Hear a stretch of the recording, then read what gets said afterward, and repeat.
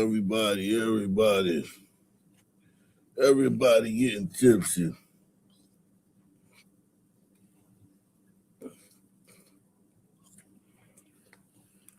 What's up?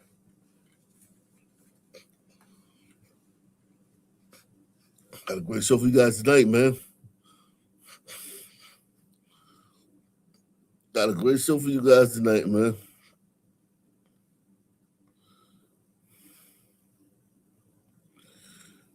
Great show for you guys tonight, man. So many things going on. So many things going on. We may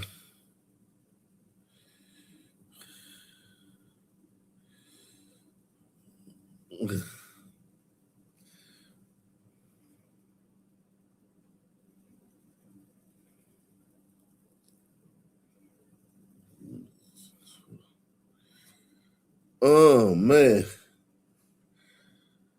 I gotta sneeze. I hate when you gotta sneeze, but it's like it's right there.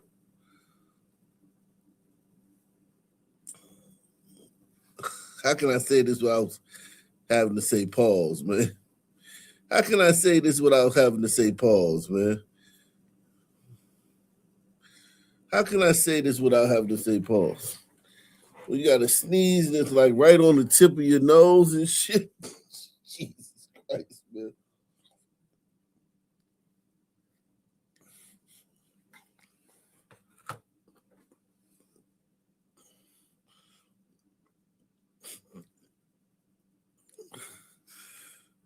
Shout out to 666, Kansky, Dean Weber. Man, did you miss me? Yeah, we back. You better believe it. If you can conceive it, you can believe it.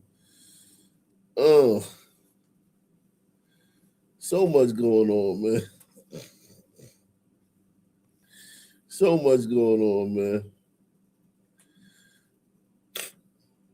Yeah, when you gotta sneeze, you sneeze. Yeah, but it's just like it ain't coming out, man.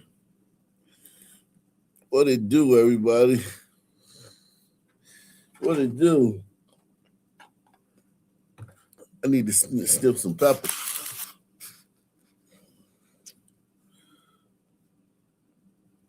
I was getting my sneeze on all day too. I was sneezing like a motherfucker all day.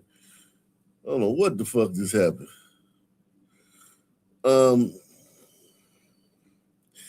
But yeah, our boy, we got a lot going on. Whoa, whoa, whoa, whoa. Whoa, there's a lot getting in, man. There's a lot getting in, man. There's a lot going on, man. Ain't it say going on? There's a lot going on.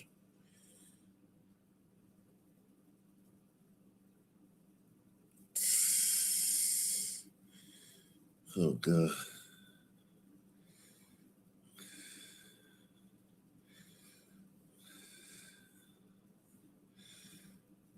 There's a lot going on. Radical, yeah, it snowed today in PA, man. It snowed today, man. It snowed today, man. A little something, something, about a centimeter,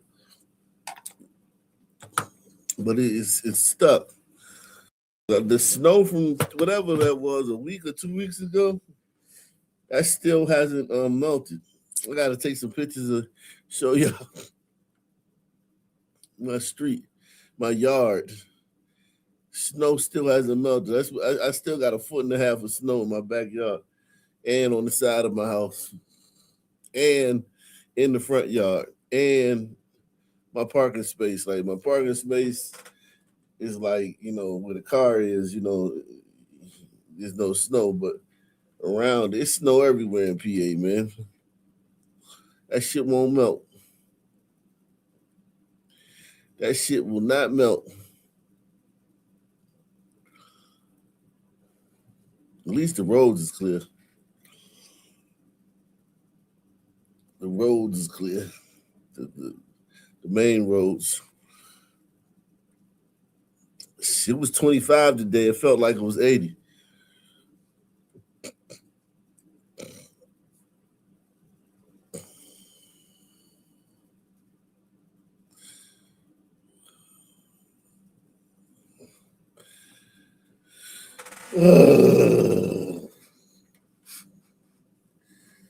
I'm telling you, man. Let's do some Black history, man. Oh no, I do. Well, you know what? Where shall we start, man? Where should we begin, man? Where should we begin?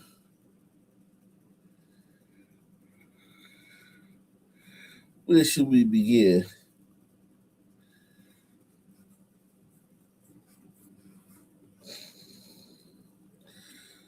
Oh, where should we begin?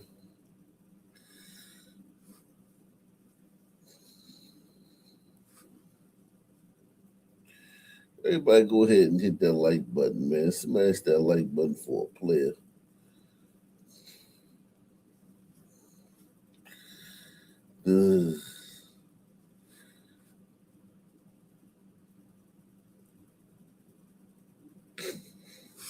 Says social media going crazy with the Obama chimps. Yeah, man. Chipping out.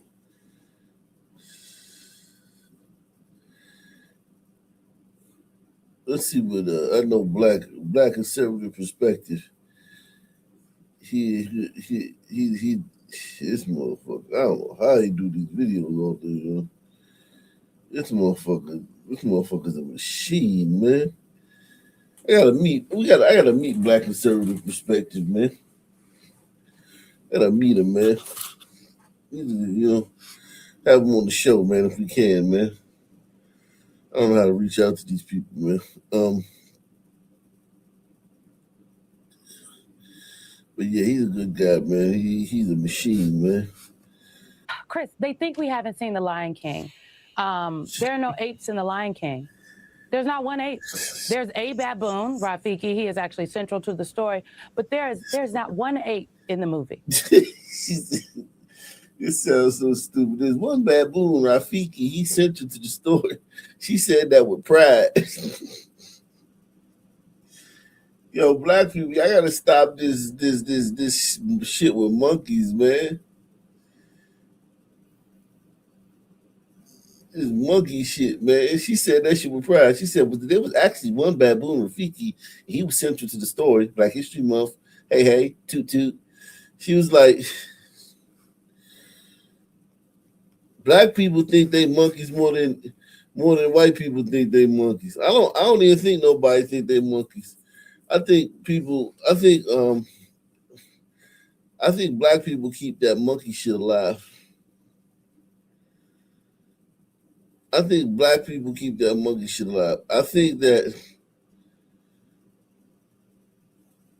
there's no real evidence of people calling Black people monkeys, like other than just like individuals. I don't think there's really no evidence of like institutional imagery of Black people as monkeys. I think Black people keep that alive. But every time some random person call you a monkey, you flip out.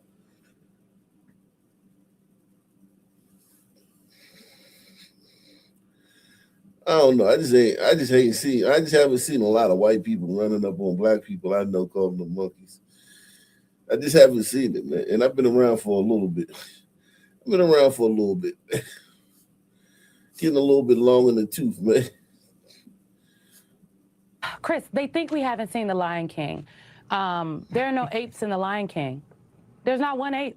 There's a baboon, Rafiki. He is actually central to the story, but there's not one ape in the movie. So let's just be for real right now.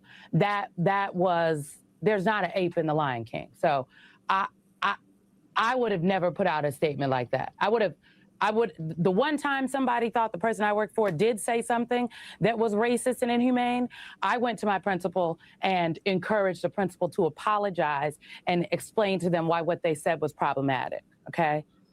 So Eugene, I cannot grasp this. This is the last thing I'll say.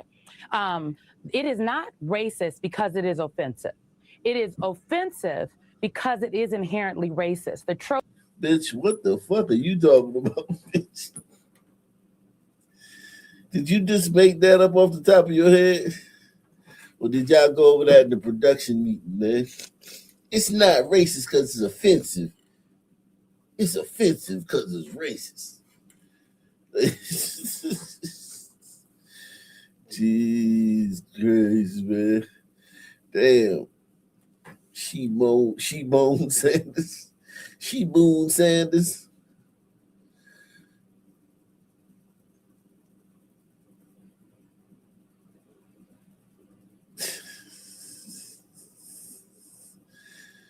She lost some weight, man. Her shoulders ain't as thick as they used to be. She lost some weight, man. She on Ozempic, man. Shout out to my man Anthony Mattis. He said it's all Trump's fault. Yeah, this is Trump's fault, though. It's just some stupid shit, man. His whoever in charge of his social media account did some dumb shit.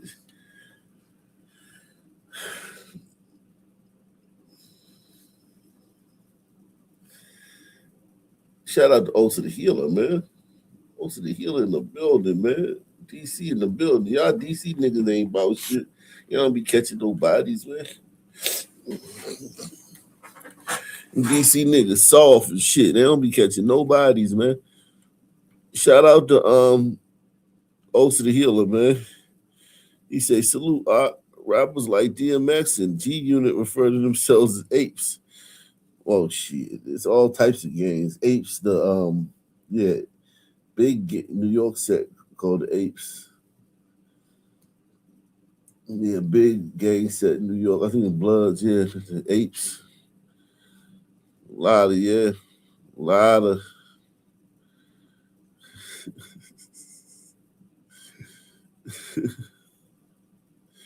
yep. Monkey ass nigga. Niggas love to call you a monkey ass nigga. You monkey ass nigga.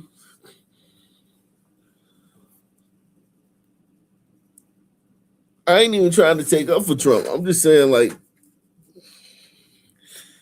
it seemed like just some stupid shit. Like it was just the video that they posted. That guy got fired though. Whoever the social media guy for True Social is, man, he lost his job, man. You're not fit to be in charge of the president's account, man. You're not fit to be in charge of the president's account, man.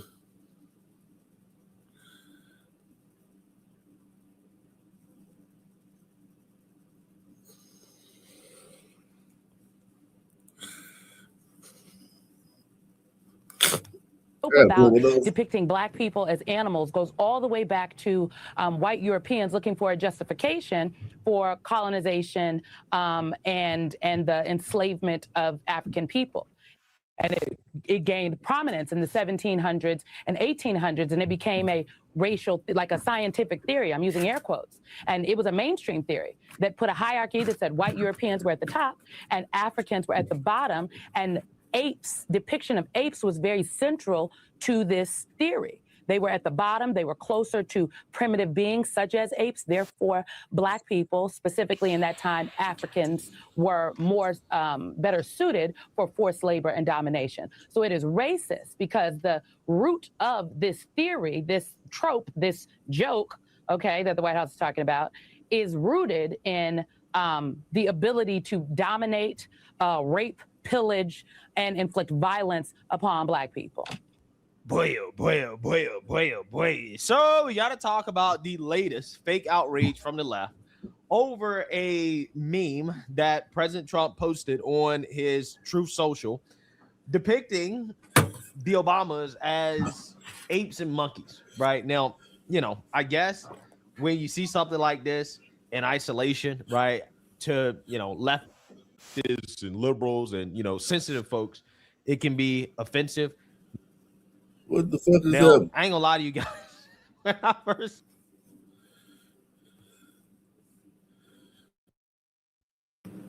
saw this, I chuckled a little bit, right? I wasn't butthurt. I was like, okay, let's see exactly why this was posted, right? In the full context, because with anything that Trump does and the liberal media is upset about, you got to look at the full context. You cannot take it in isolation. You got to look at the full context. But the context doesn't matter here because these people are going to cry racism no matter what, right? And I'm just here to let you guys know that, long story short, when it comes to this story and Trump posting this as a black person, and I can't speak for black MAGA, black Republicans, because, there are a lot of people say, what does black MAGA, black Republicans have to say about this? I'll just let you know right now, right? I don't give a right? I don't give one F, okay? So I just want people to understand how I feel about this. I don't care. But we're going to talk about it because, this is what the liberal media is upset about. So what Trump actually posted was a video about the election, right? And of course, they don't want to talk about this part of it. Initiated by a court order, the Michigan investigation team obtained forensic access to a DS-200 tabulator, the machine that counts the votes. A Telit 4G wireless chip manufactured in Taiwan was discovered embedded into the motherboard. The voting machine tapes clearly indicate modem engagement and transmission of election data. Some of the anomalies that we noticed in the 2020 general elections, that 5 key states all stopped counting at a certain time in these key battleground states. These were all where the software, Dominion machines, ESNS machines were used, the Smartmatic, the GEMS software. So when the vote stopped counting, and this has been noted in other countries as well, President Trump was significantly ahead. When reporting and counting resumed, there was a massive spike occurred that favored Joe Biden. Yeah. So as you can see here, right? This video, the original video.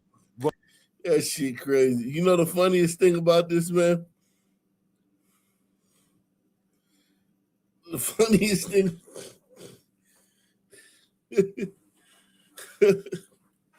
What? Damn. Woo. There we go. What do you notice? What do you notice about this pitch? What do you notice about this pitch? I want to ask y'all, what do y'all notice, man? What jumps out? What jumps out at you about this picture, man, of Barack and Michelle? What jumps out of you? What jumps out at you? Thank you. What jumps out of you? What jumps out at you in this picture of Barack and Michelle?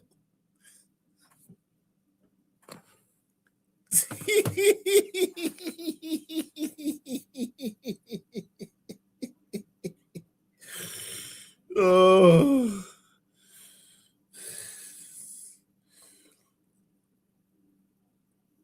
What jumps out at you, man?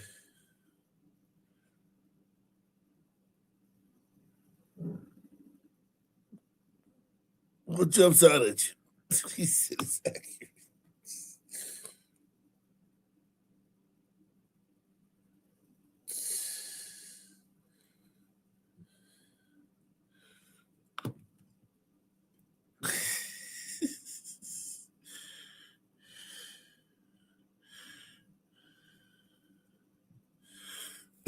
Man said it's accurate.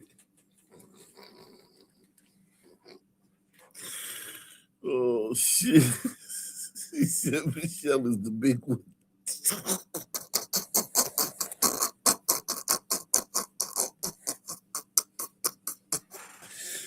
Oh shit, man. I was like, when I saw that, I said, oh, they petty as shit, man. These some petty motherfuckers did this shit, man. Holy shit, man.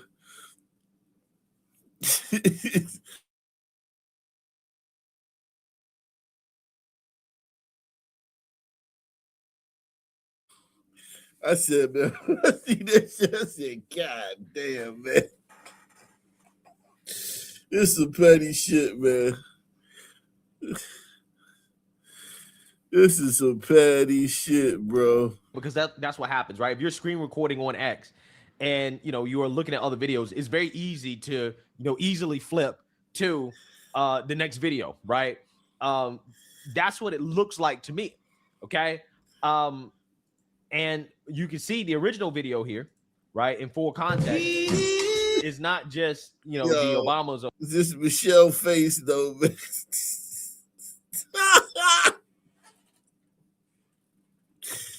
Man, y'all foul doing Michelle like that, man.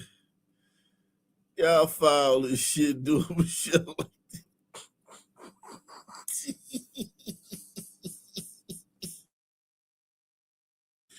Doing Michelle like that is foul, man. That's foul, man.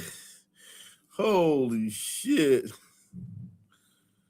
And you can see the original video here, right? In full context.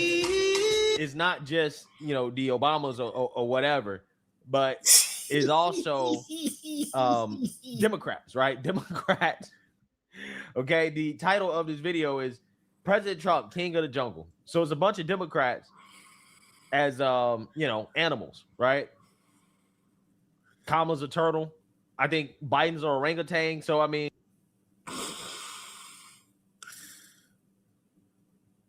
technically, Barack and Michelle aren't monkeys. They're apes, man. as animals, right? Yeah, Biden is a monkey, man. Now he look like a baboon. Kamala's a turtle. I think Biden's an orangutan. So, I mean, hey, is that racist? Right? Is Biden been orangutan racist, or is it just black folks, right, that are depicted as apes? Is that the only thing that's racist? You have Trump as a lion, right? I think that's the plus size Democrat influencer, right? You got Harry Sisson, Hakeem Jeffries, Whoopi, right? Harry Sisson. So it's like, yeah, I mean, it's a meme. Now, the White House, they're claiming that Trump didn't actually post this, that some intern or some staffer, right, posted this on Truth, right, on his Truth profile. This is what they're claiming. Take a look. House is responding to criticism after President Trump posted a video that includes a racist meme depicting former President Obama and his wife Michelle as apes. Now the Senate's only black Republican senator is responding and calling out the White House. ABC's Jay O'Brien's here with more on that. Hi, Jay, what's the latest? Yeah, Diane, just moments ago, the video was deleted from President Trump's account, and it comes after a growing chorus of Republican lawmakers called on the White House to take the racist image down, including, as you say, Senator Tim Scott, who posted the image in addition to his post. ABC is not showing the image, but we are showing you the post. And it says, quote, praying it was fake because it's the most racist thing I've seen out of this White House. The president should remove it. Well, listen, I'm not mad at Tim Scott for saying this, man. The president should remove that, man. It's not, it's not presidential. And if a White House staffer did it, which, is believable, then you should remove it. You know what I mean? But yeah, I mean, this guy, Tim Scott, has a right to be offended because he takes a lot of shit just being a black senator, man, that is a Republican. He like, man, you throwing more shit, I gotta defend more shit, man. It's just more shit I gotta defend, man. I'm always defending you, man.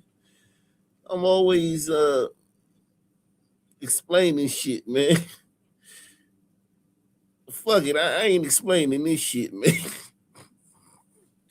I'm not explaining this shit.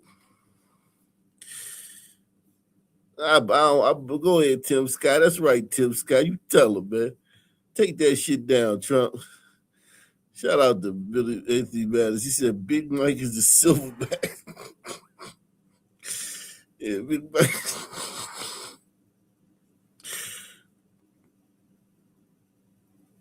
yeah, ain't nothing wrong with that, man. Tim, I ain't nothing wrong with that. Tim supposed to say that, man.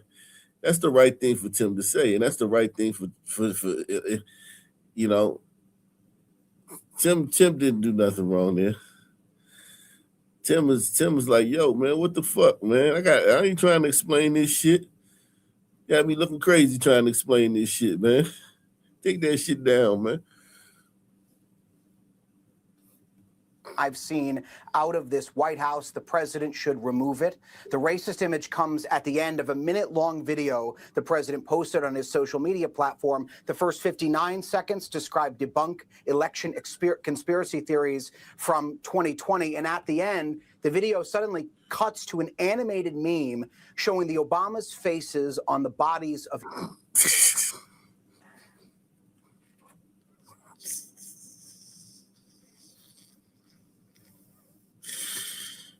apes. The NAACP is out with a statement saying in part, Big Mike.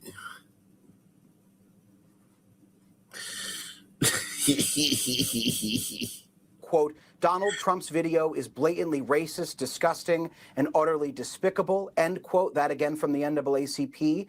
Images of black people as apes have been used throughout American history to dehumanize them. Slave traders and segregationists use these types of images to depict. Where are those images? I haven't. I'm not. And listen, I'm not defending Donald Trump or his staffer. What I'm saying is,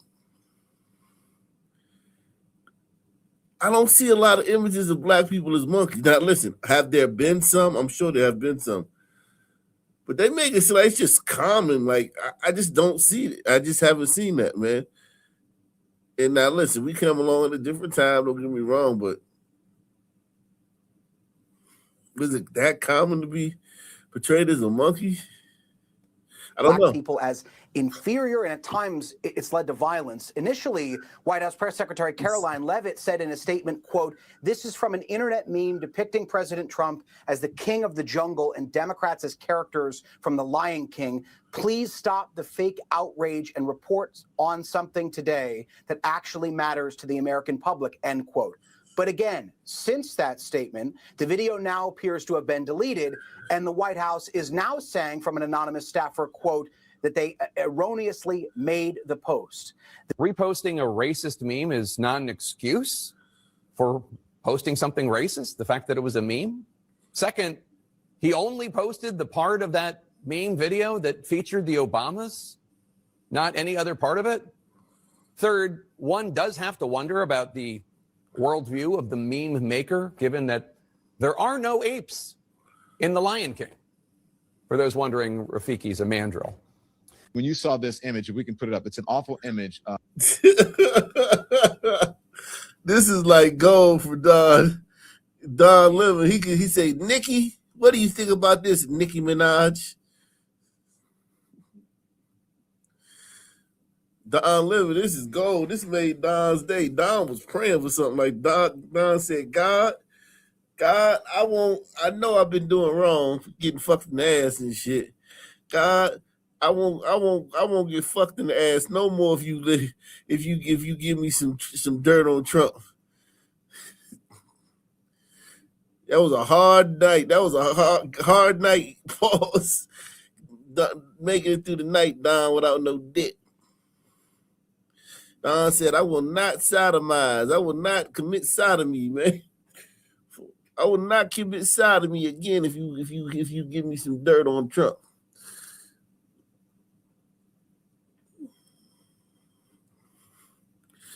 Don White husband went to bed angry last night, man. God came through, man. God came through in the clutch, man.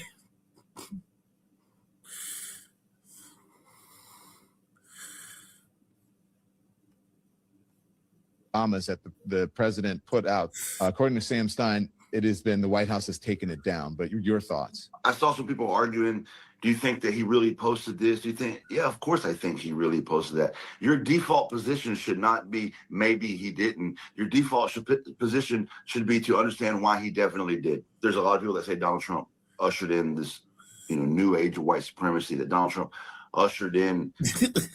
White supremacy. So white people weren't supreme when Joe Biden was president. I want y'all to think about this. When Joe Biden was president, white people weren't supreme.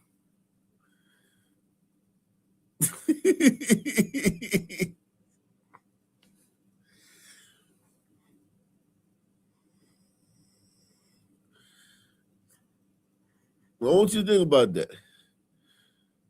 White people was just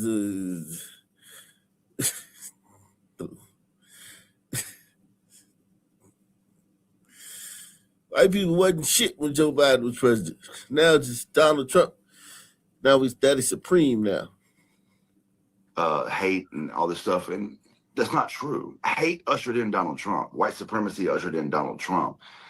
The idea that anyone would post a video like that, let alone the president of the United States, someone who's supposed to find ways to bring us together, someone who's supposed to appeal to our better angels, this guy seems to always find a lower and lower common denominator.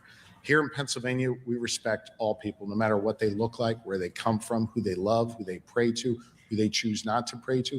We don't scapegoat others, and we certainly I'm in Pennsylvania. We certainly do that, man.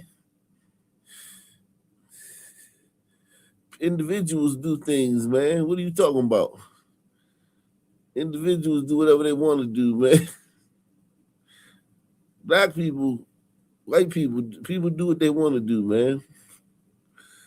What are you talking about, Shapiro? That's why she don't peddle in racist videos and other racist statements like this president has made. He needs to do better. And I think the good people of Pennsylvania recognize that. We're a Commonwealth that was founded by William Penn as a place that would be warm and welcoming for all. I take it very seriously, and I know the elected leaders take it very seriously here, that we be a place that is welcoming for all. And the president's conduct, once again, unfortunately, erodes that, but we're not going to let him. Wow. So because he posted that meme, he's eroded. Man.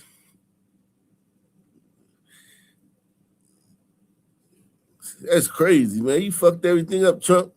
Everybody was doing good, man, until you posted that meme, man. Win on that. We're going to appeal to our better angels, and we're going to do the right thing here. And we're not going to get sucked down into the depths that this president seems to reach for each day.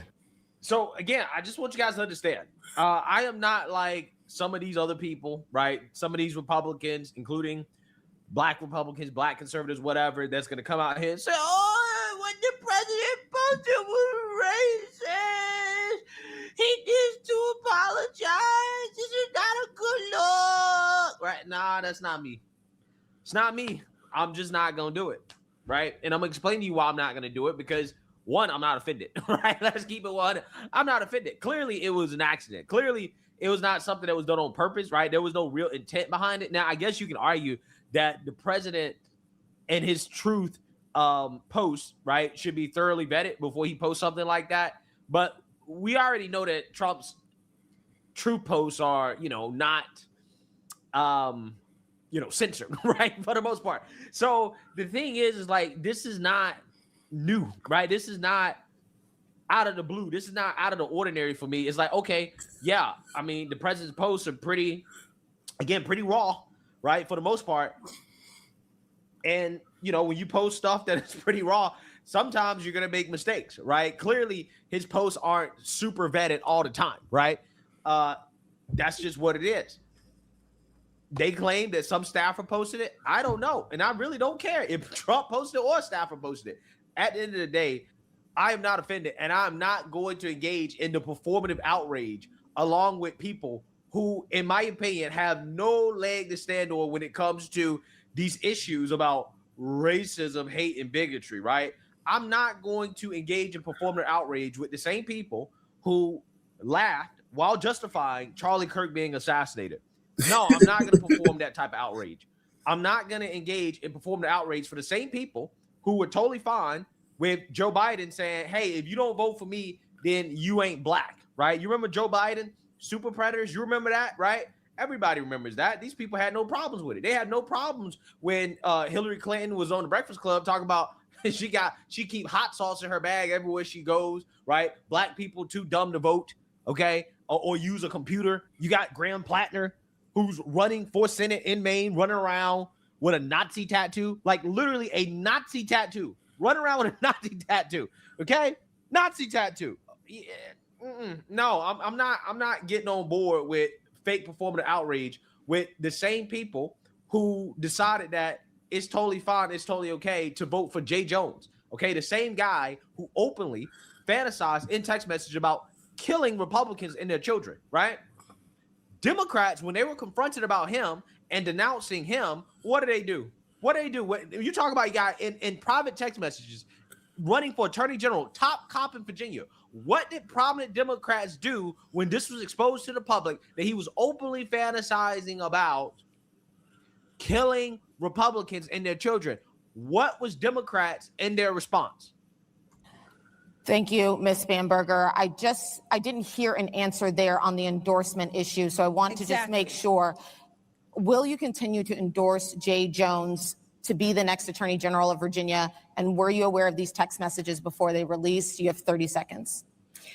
In fact, it appears that it was those who released the text messages and held them for years. So the public was unaware who had knowledge of these text messages for many years. What did you do about it? I learned of these text messages the day that they came out, and I denounced them as soon as I learned of them. She denounces murder. And Yeah, man.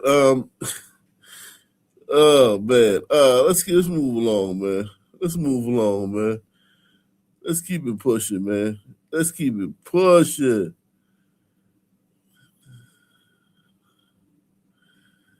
Let's keep it pushing.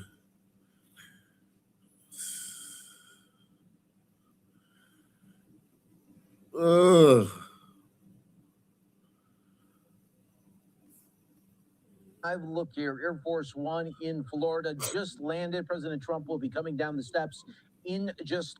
We likewise had very good talks on Iran. Iran looks like it wants to make a deal very badly. We have to see what that deal is. But I think Iran looks like they want to make a deal very badly, as they should. Last time they decided maybe not to do it, but I think they probably feel differently. We'll see what the deal is. It'll be different than last time. And we have a big armada. We have a big fleet.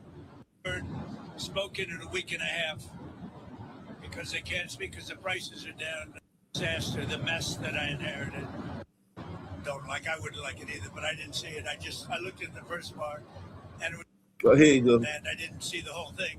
The White House says that a staffer sent it. Who sent it, and are you going to fire them? No, I looked at it. I saw it, and I just looked at the first part. It was about voter fraud in someplace, Georgia. There was a lot of voter fraud, 2020 voter fraud. And I didn't see the whole thing. I guess during the end of it, there was some kind of a picture that people don't like. I wouldn't like it either, but I didn't see it. I looked at the first part, and it was really about voter fraud in and the machines, how crooked it is, how disgusting it is. Then I gave it to the people. Generally, they look at the whole thing, but I guess somebody didn't, and they posted, and we took it down, and we did it. You know, but that was a voter fraud that nobody talks about. They don't like to talk about that post. We took it down as soon as we found out about it. Mr. President, a number of Republicans are calling on you to apologize for that post. Is that something you're going to do? No, I didn't make a mistake. I mean, I look at a lot of thousands of things, I looked at the beginning of it. It was fine. And they had that one post, and I guess it was a takeoff. By the way, a lot of people covered. If you look at where it came from, I guess it was a takeoff on The Lion King. And certainly it was a very strong post in terms of voter fraud. Nobody knew that was at the end. If they would have looked, they would have seen it. And probably they would have had the sense to take it down. But that was a takeoff on The Lion King. And a lot of people were covered on in different positions. So, but I spoke to Tim Scott. He was great. Tim is a great guy. He understood that 100%. Go ahead. Do you Mr. President, Steve Witkoff, Jared Kushner met with Iran's foreign minister today. You also had Brad Cooper there, the head of. Okay. That's the president addressing it.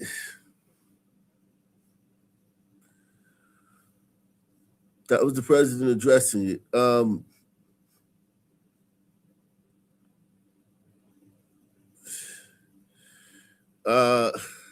Let's do some Black history, man. Let's do some Black history. Support the channel. Take the $5 challenge. Sponsor the show. Take the $10 challenge, the $20 challenge. Sponsor tonight's programming, guys. Arc Nation in the building. Sponsor the programming. Day 3 of exposing Black history because it literally didn't even happen. We've all heard about the slave trade in school, right? You had these Europeans running around the jungle, snatching up Africans, taking them across the ocean away from their Black brothers and sisters who they were living with together in perfect harmony. Yeah, I had to watch Roots too. Problem is, it literally never happened. Nobody had to go out of their way to find slaves in Africa. They were already there waiting in slave markets that were set up by African kingdoms, which had been running for almost 1,000 years. But even when you look at the map of where these slaves were going, you've got all this movement going to South America. You've got some movement in the Caribbean, then you got a little bit of movement, a little bit making its way up there to America. Apparently, that's the one we're all supposed to talk about. Literally, only 2 to 5% of these slaves ended up in America, but we're the only country that has to apologize for our history when we were just doing what everybody else was doing, except way less. And yeah, it's our fault that Africans were establishing these markets to sell each other off in the first place. Before we had the transatlantic slave trade, we had the trans-Saharan slave trade, where these same kingdoms would sell African slaves to different Muslim countries in the Middle East, which, by the way, would famously castrate their African slaves, which is why today you don't have Black populations in those countries. So the only thing that actually changed for the Africans was that instead of sending out other Africans across the desert, now they're just going out in boats. And the trade itself was mainly focused on an exchange of goods. African kingdoms would take the captured men and women from weaker and rival tribes. They would load them out on boats, and in exchange, they were given various trade goods. What they valued most of all, though, apparently, were guns and liquor, and apparently liquor especially. Apparently, they wouldn't even bother talking to the Europeans unless they were given rum first. So this slave trade would go on until the early 1800s, until Britain and America both decided that they were going to make it illegal to trade slaves from Africa. And the Africans did not exactly like this. Kingdoms like Dahomey, the one that the Netflix people made that Black Queen Girl Boss movie about, yeah, that one, they continued to just trade slaves against the ban. So Britain staged the West African Naval Squadron specifically for the job of trying to stop Africans from enslaving each other, selling other Africans to places all over the world. And Britain spent decades trying diplomacy, helping the kingdom of Dahomey to stop raiding and attacking other Africans, to get slaves by talking with their king, Gezo. The conversations basically went something like this. Ahoy, it's me, a British guy. We find the practice of slavery to be quite not cool. Are you interested in palm oil? We could help you out with that. Yes, hello, it's me, a Black guy. No thanks. So this song and dance would kind of go on as such until the French would go to war with the kingdom of Dahomey, put down their army of Black queens with some of the most lopsided casualty reports of all time, and then finally make it so Africans stopped enslaving other Africans. Truth matters. I love Black people. Day 3 of exposing Black history because it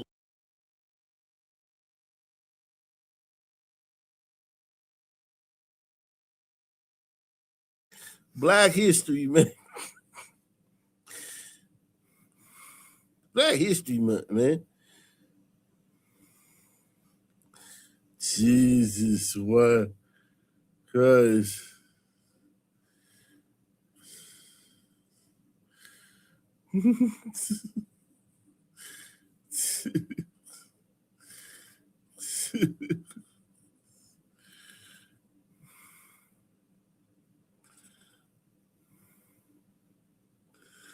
Oh man. Oh, who we got?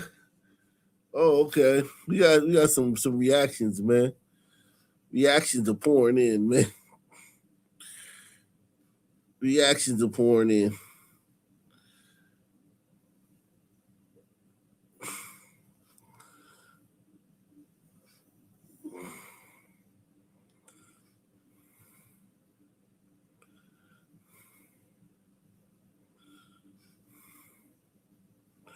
Reactions are pouring in, man.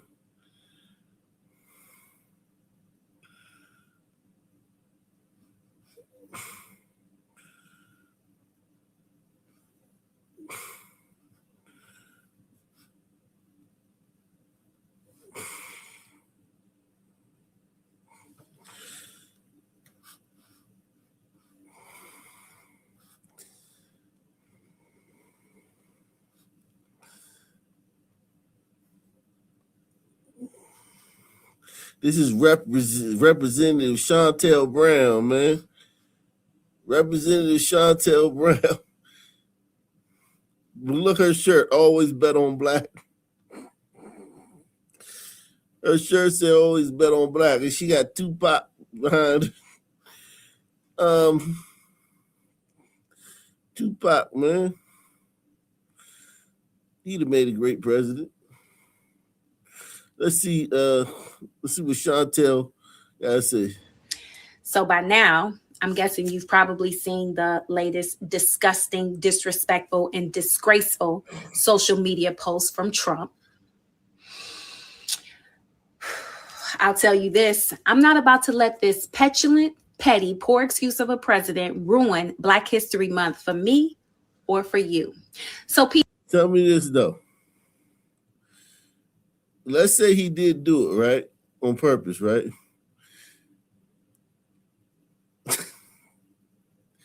Barack Obama, man, and Big Mike, they're specific black people, right? Why do black people, why do every black person have to take it personal? Because, like, if we're not monkeys, right? Think about it. If we're not monkeys, and he depicted two specific people, notable people, Big Mike and Barack, as monkeys, why are all black people taking it personally? Like, yo, that was a shot at me too, man. That's a shot at me too.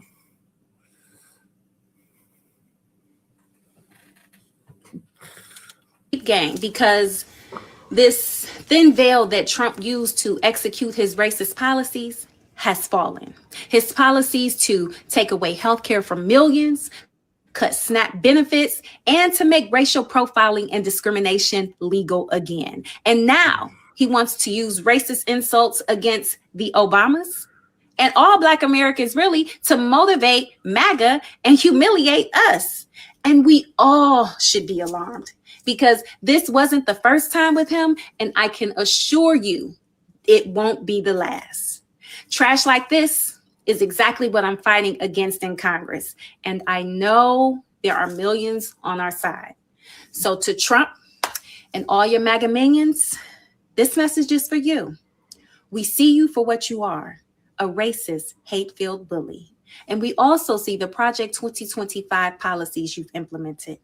Your agenda has been a disaster to working class and middle class people, and you've zeroed in on Black and brown people from day one. But we are not going to back down, and we're going to oppose your agenda in Congress, in the courts, and in the community. And just like Black leaders before us prevailed against the hatred of their time, we too will rise above your bigotry. And one more thing. Happy Black History Month. So what is she? Is she the next Jasmine Crockett? Because Jasmine Crockett, she about to be out, man. She not gonna win in the Senate, man. Jasmine Crockett about to be an influencer. So now we got this ghetto. She's gonna be the next ghetto Black congresswoman. Her name Chantrell. So her name Chantel Brown.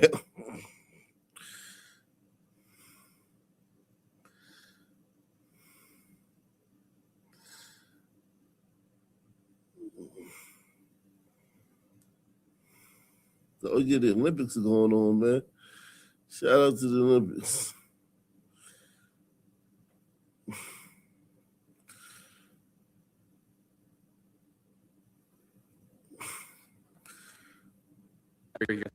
I feel heartbroken about what's happened in the United States when it. What about two protesters getting themselves killed? These fuckers are annoying. They act like something big is going on. Two protesters in Minneapolis got themselves killed. I feel heartbroken about what's going on in the United States. Shut up, faggot. You know, I'm pretty sure you're referencing ICE and some of the protests and things like that.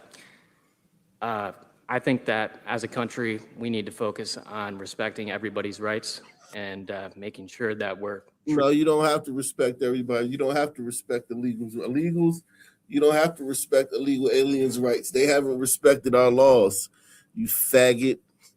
You don't respect people's rights who don't respect your laws.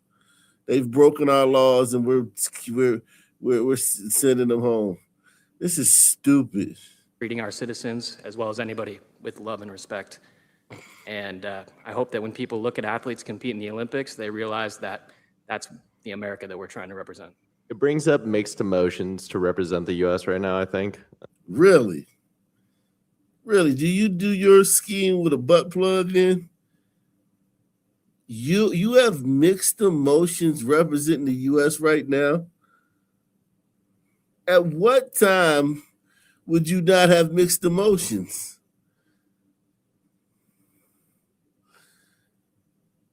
When would you not have had mixed emotions? You have mixed emotions representing the USA right now. Crime is at as low as it's been since 1900. Violent crime. Memphis, DC, all these black cities are safe.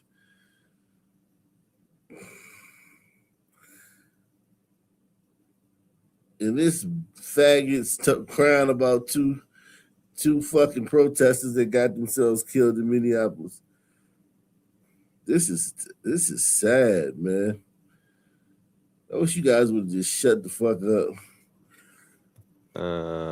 It's a little hard. There's obviously a lot going on that I'm not the biggest fan of, and I think a lot of people aren't. If it aligns with my moral values, I feel like I'm representing it. Just because I'm wearing the flag doesn't mean I represent everything that's going on in the U.S. So yeah, I just kind of want to do it for my friends and my family and the people that support me getting here. I feel heartbroken about what's happened in. God, you fucking faggot. You lost a lot of fans, you faggots, you stupid idiots. More reactions, man. More reactions flooding in, man. More reactions flooding in, man. Shout out to Anthony Madison. He said, mate, your channel is unique and you deserve 1 million subscribers. I appreciate that, Anthony Madison, man. I agree too, man. I agree with you, man. You right, man. I deserve 1 million subscribers, man. I don't know, man. Sometimes it's hard, man, knowing that these fuckers here at YouTube gonna do me like this, man. They gonna do me like this, man. But whatever, man. We gonna keep it pushing, man. We gonna keep it pushing. Shout out to you, Anthony Madison, man. The fuck are we doing? I mean, what the fuck are we doing? Does anybody remember a time when expressing such unambiguous racism would end your career? Would literally... He said it would end your career. Yeah, that wasn't good, man. That wasn't good. That time wasn't good. This dude is reminiscing. He's reminiscing on cancel culture. Cancel culture. Those were the days.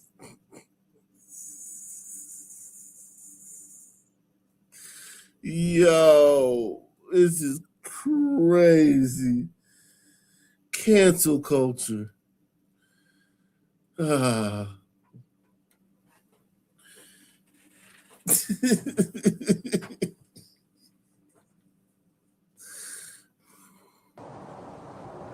fuck are we doing? I mean, what the fuck are we doing? Does anybody remember a time when expressing such unambiguous racism would end your career? Would literally just move you out of society, and rightly so? And in this moment where we've moved from what's in the Epstein files to what's behind the redactions, our president is strengthening ties with the racists in his base. I guess this is what passes for a distraction in the redaction era. Or maybe he's just mad that he's mentioned in the files and President Obama is not. Now, if you've come to know me, you know I hate using dehumanizing terms, but our president is a racist piece of shit. So who's defending this? I'll wait. Release the unredacted files now. We're never going away. We're never going to stop talking about this. And that's that. I can't fucking believe this guy. He's a race-baiting, xenophobic, religious bigot. He doesn't represent my party. He doesn't represent the values that the men and women who wear the uniform are fighting for.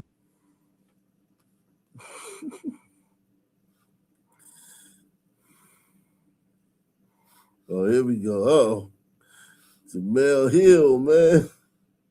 Is this new? Is this new? The fuck are we doing? I mean, what the fuck are we doing? Does anybody remember a time?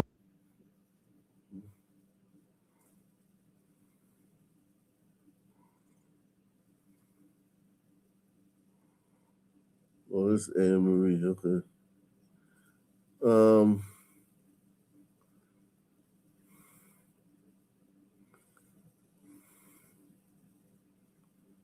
Holy shit.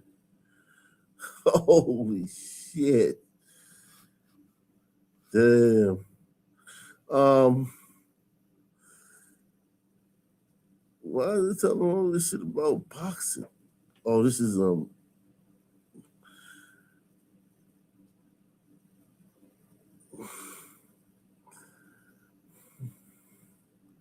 you go, Don, man.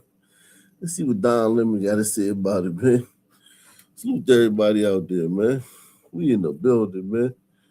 We are in the building, man. Friday night, man. Shout out to Ray Wall, man. Ray Wall is in the building, man. My man says, Don Lemon walking around saying he got good while white liberals are like scorned women. They'd rather destroy everything than see the world side. I think he said side with Donald Trump. So shout out to you, man. Yeah, man. We about to get some good lemon. Some lemon heads. He can give a whole new meaning to lemon heads, man. You remember lemon heads? Who used to eat lemon heads back in the day, man? I'm ashamed I used to eat lemon heads, man. Used to love lemon heads, man.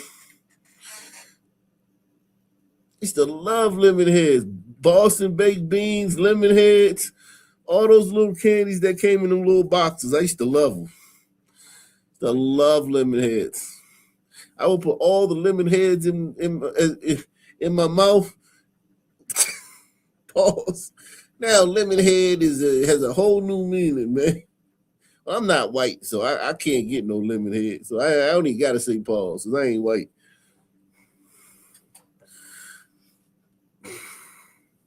Not a joke. This is not a joke. That's not politics. That is just plain old racism, and we should say it plain and simple. It is just racist. Even Republicans denounced it.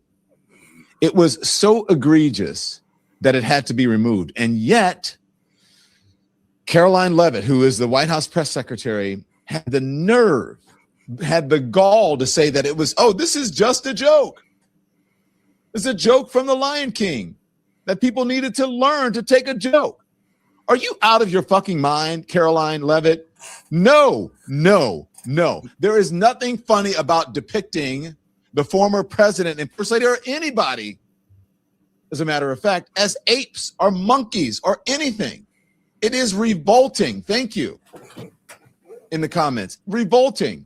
Telling black people or anyone who is offended by this that it's a joke is vile. And it shows that you shouldn't even be in this job. It shows your incompetence. People think, oh my God, she's great. She's Donald Trump always says that. No, she's not. Anyone can stand there at a podium and call on a reporter and then cut them off and not let them follow up and call somebody else's name. It's not that hard to do, especially if you can just lie with impunity. It's not that hard. So Caroline Leavitt, fuck off with this bullshit. That was crude, Don. You made a good point till you ruined it with all that with that potty mouth at the end.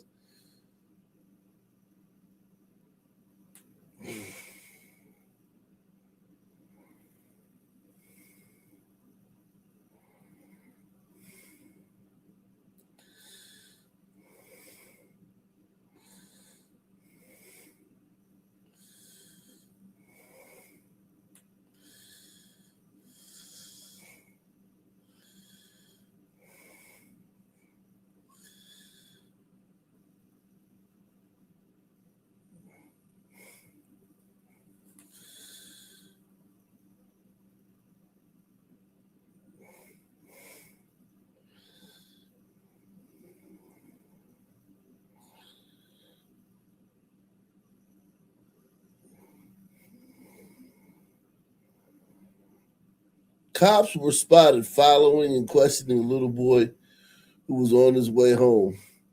The kid said, "Why can't I go home?" Because you're being questioned, man. This is crazy. I used to, when I stole, I used to steal, right? And the cops are just like the security guard would usually take care of it, right? Or the shop owner, right? When I get caught, right?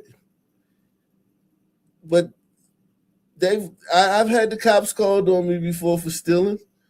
Like, I just don't understand why this is like, he's a kid. Like obviously he did something. I don't know if he was stealing nothing, but like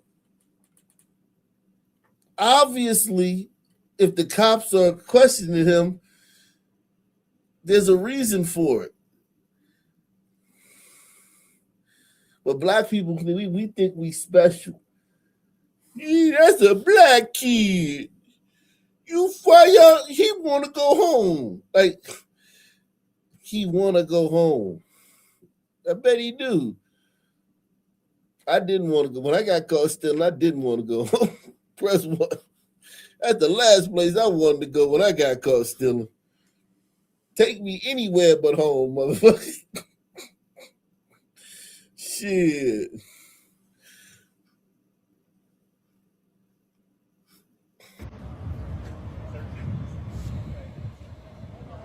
It doesn't matter, only your skin color.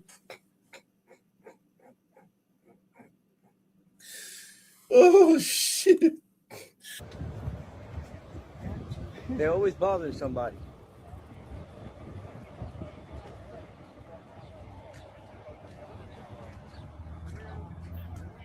Actually, you know what, man? Nothing could be further from the truth.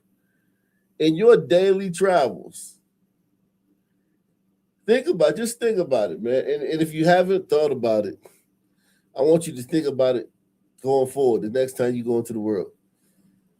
How often do you see police interacting with people when you're driving, when you're going to, the drive-through, or you're running your errands and you're going about your business. You're stopping here, you're stopping there.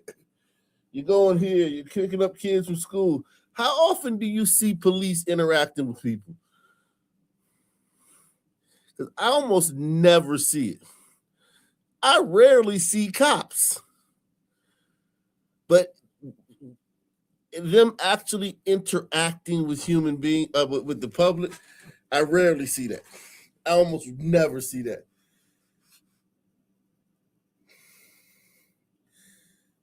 Shout out to PL Sandridge.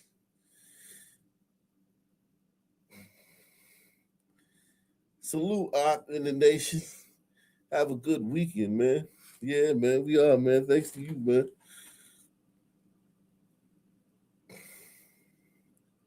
Like I just don't see it, and I'm all over my city. Like I drive a lot. I got to take my kids. One kid here, one kid there. Got to pick them up, take them in. This, that, that. Go here. I almost never see police interacting with the public, and I rarely just see police in general. And even when I was in DC, I don't see police interacting with the public. And when I'm saying that, I'm not saying it doesn't happen, but it does. If it was such a bad thing if it was so prevalent, you would just be like, you couldn't ride around all day and not see like 10 people pulled over on the side of the road getting frisked and shit. And motherfuckers getting patted down and shit on the sidewalk. Like, if it was really that bad, you couldn't ride around, especially in black areas, and just not see police interacting with people. Now, a crime scene is different. Somebody gets shot and the police show up, they tape it off, or the service calls, somebody calls the cops to a location, the cops show up. But you don't even see those because, like, what's the odds of you being where one of those is happening? It's very unlikely that you're going to be there when that's actually happening.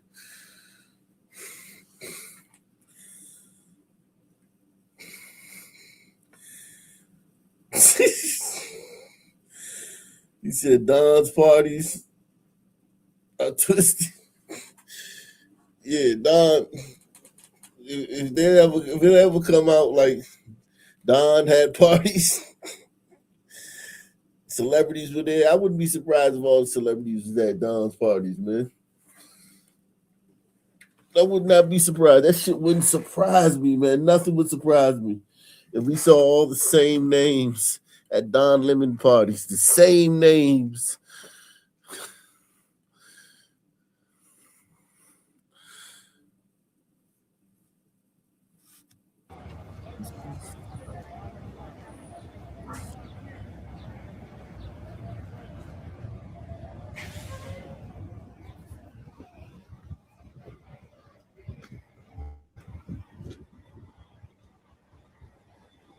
What kind of kid just walks off on the police? Yo, listen, I'm not even gonna lie to you, man. A good kid ain't just gonna walk off on the police. Press 1. You gotta be like a hard little street urchin, man, for the police to be like, hey, come here, and you should be like, man, fuck you. That's not no good kid, man. A good kid don't do that, man. Let's be honest, man. Let's just keep it a buck. A good kid not gonna just fuck you. Fuck off, copper. Fuck off, copper. Fuck you, pig. That ain't no good kid, man.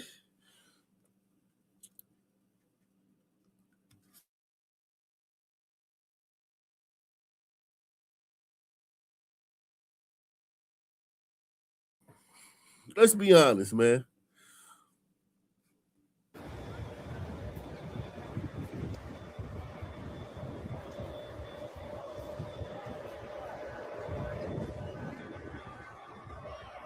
Siempre jodiendo con Ángel, ¿verdad? Yeah.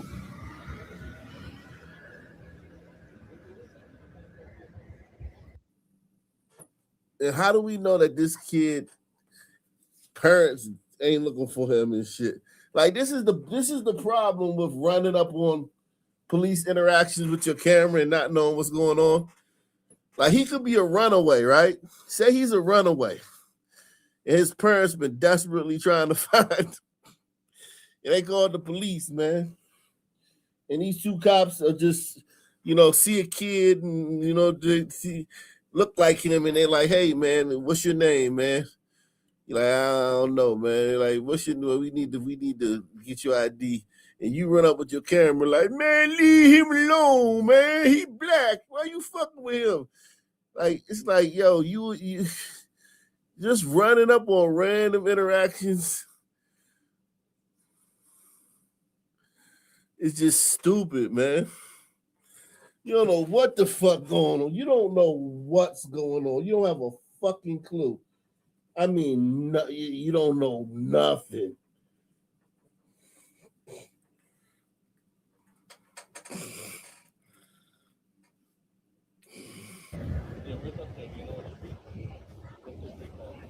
Fucking with a little ass kid.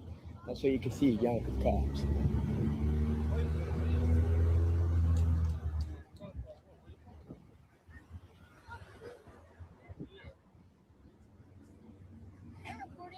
Yeah, I'm recording. Of course. You're a little black kid.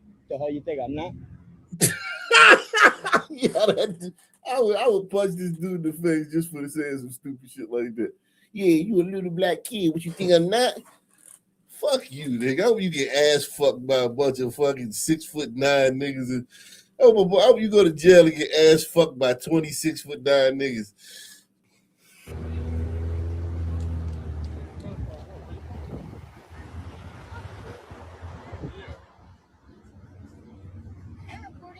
Yeah, I'm recording, of course. You're a little black kid. The hell you think I'm not? That shit be cringy, man. That performative shit be cringy to me, man.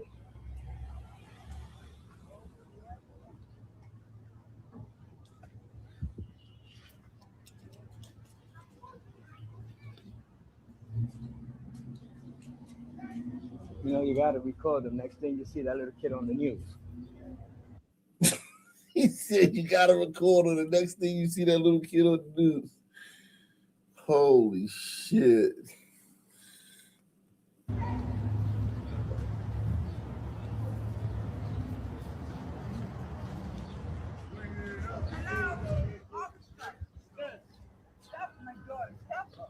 Stop your daughter. You go home before they fuck with you. Why don't you pick up some of that trash? Of course, I'm gonna record you. You know, they do something stupid. You see how they left you alone because I'm recording? All right, now, nigga, you can go about your business now. You starting to look creepy now. That kid look back like, yo, you still here, my nigga? Watch the kid look back like, yo, you still here, cuz? You go home before they fuck with you. Of course, I'm gonna record you. You know, they do something stupid. You see how they left you alone because I'm recording?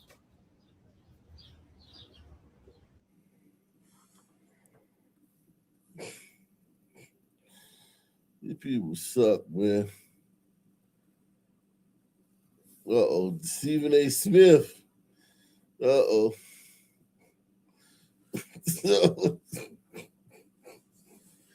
Uh-oh.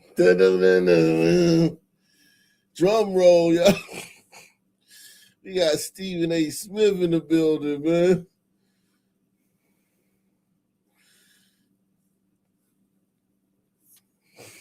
I just wanted to address this subject, and that's essentially involving the President Donald Trump posting a video depicting former President Barack Obama and former First Lady Michelle Obama as apes. I'm going to say that again. Apes. Depicting the first black president in United States history and the first black First Lady in United States history as apes, monkeys. In the year 2026, that has happened. Now, before. So let me guess. So because of that, we got to go. We got to let the Democrats have power. Because of that, we Democrats get to be in power now, right? Think about their lineage. This is what they basically want to say. Because of that post, Democrats get to be in power now. Get to make the decisions for the country now. That's crazy, yo. That is bananas. That's a banana stretch, a leap, right?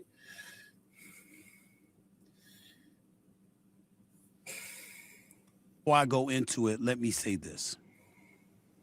The White House says that it wasn't the president's fault, even though the video has been removed from the president's Truth Social account. The guy in the White House using his administration to tell you he had nothing to do with a post that has his fingerprints and his smell and his stench written all over it.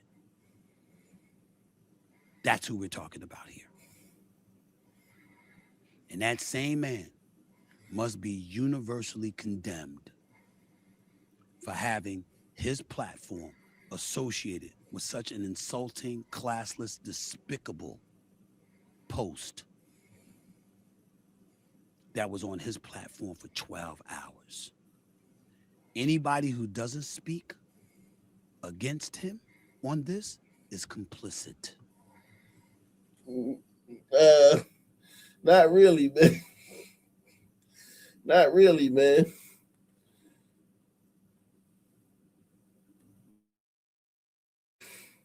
I ain't complicit with that shit, man. You can't tell me what to say or what to do. You don't have to tell. Nah, man. F you, Stephen A. Fuck you, man. If anybody who doesn't speak out about this is complicit. Nah, nigga. Fuck you.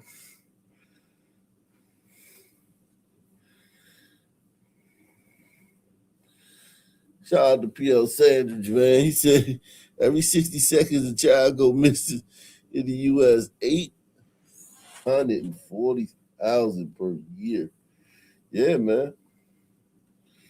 That dude running around chasing around the cops trying to save one, man. Cop was trying to save one, man. Look how hard it is to save one. All these people working against you, man. You're telling us what you think.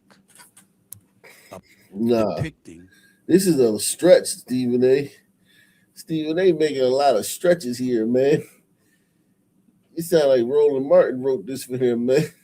He reading Roland Martin texted him and he said, read this, Stephen. This is you. This is Stephen. This is you. You can't, you don't get to tell other people that they have to respond to anything. Everyone does not have to respond to this. That it wasn't the president's fault. Even though the video has been removed from the president's Truth Social account, the guy in the White House using his administration to tell you he had nothing to do with a post that has his fingerprints and his smell and his stench written all over it. That's who we're talking about here. And that same man must be universally condemned for having his platform associated with such an insulting, classless, despicable post that was on his platform for 12 hours. Anybody who doesn't speak against him on this is complicit. You're telling us what you think about black people. Plain and simple. There is no... Why does it have to be what you think about all black people? And then why does it have to even be what you think? Like, why does that mean that you think that about all black people?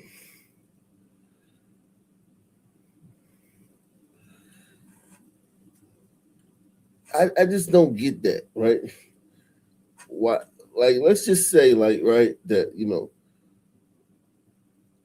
I support that meme, right?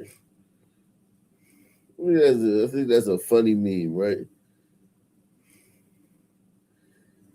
Does that mean I think all black people are monkeys? That's such a stretch. We wouldn't do that about anything else. Like any other meme, any other characterization, we wouldn't say that, oh, that means that you think all black people are. Like if Trump had posted like a black kid, you know, getting 1,600 on the SATs, well, y'all black people would. Black people would try. Yeah, see, look, that's how we do black excellence.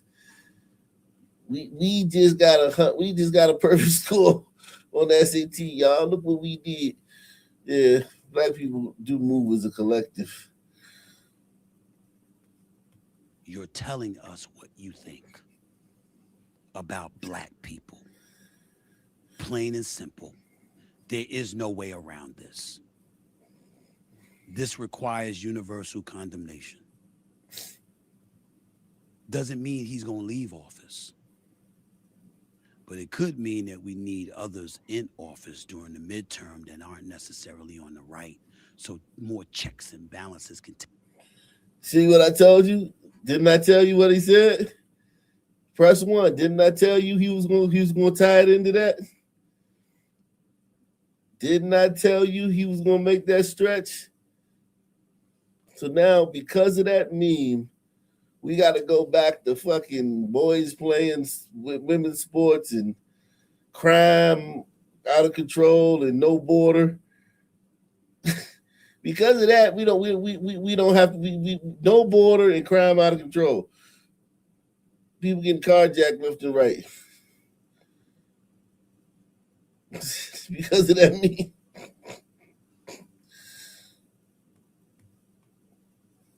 This requires universal condemnation. Doesn't mean he's going to leave office, but it could mean that we need others in office during the midterm that aren't necessarily on the right, so more checks and balances can take place, and perhaps, dare I say, he'll be a bit more guarded from doing nonsense like this, because again, I believe he is guilty of this. Do I have proof? No. But I've told y'all on many occasions, if it walks like a duck and it quacks like a duck, it ain't a damn mongoose. It's what it is. His behavior, his tendencies, his rhetoric, his petulance, his belligerence, all fall in line with what we're talking about right now. Do you want to be associated with that or not? No, I want crime to be at the lowest it's been since 1900. Okay? And I want all the warrior leaders to be scared of us.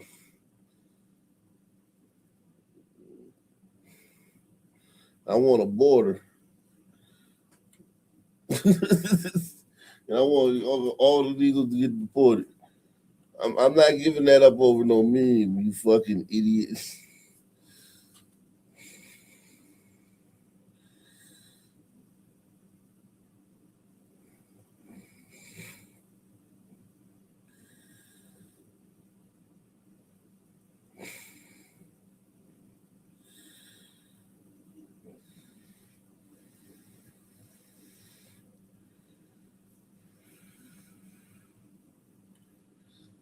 There you go. What's this? Malik Abdul.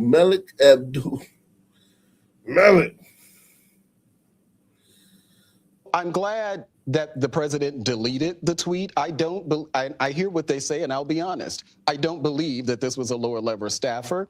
I don't believe that it wasn't intentional. And I say that because this is one of many instances where the president or the people around the president have made sort of these type of things that could be racially, we'll say even racially insensitive, and the White House hasn't backed out from it. We saw that during this time last year with the Doge staffer, and J.D. Vance was one of those who said that the person who made those, he was a young guy, bring him on back. We saw it again with the New York Republicans, where they made both racist and anti-Semitic marks with the New York Republicans. J.D. Vance kind of embraced him then. We saw it in 2024 when we were saying, hey, what you're saying about the Haitians eating dogs and cats, that has a tone to it that we don't like. So I don't believe that, for one, Donald Trump didn't post this himself. And I'm glad that you did the reporting, because they were specific. If a lower level, and I'll tell you, if a lower level staffer had indeed done that, then it would have been very easy for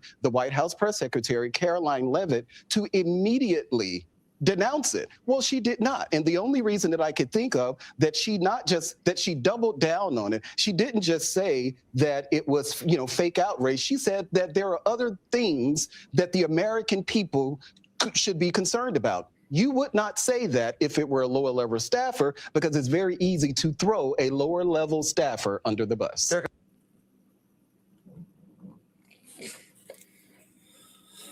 Okay.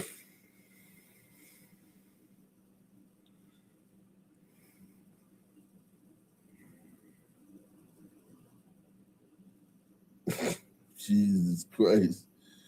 The Olympics, man. I'm definitely not watching this shit.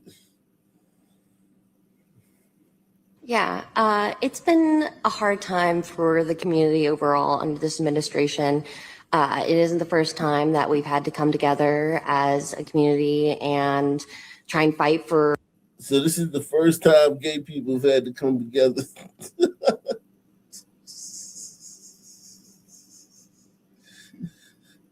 Everything was good until last year, man. Gay people just had it so wonderful until last year. Yikes, man.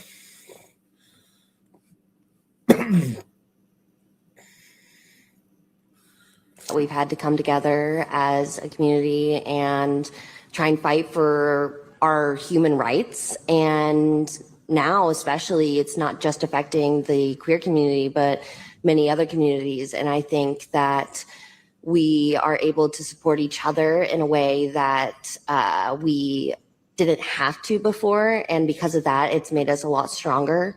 I hope I can use my platform and my voice throughout these games to try and encourage people to stay strong in these hard times.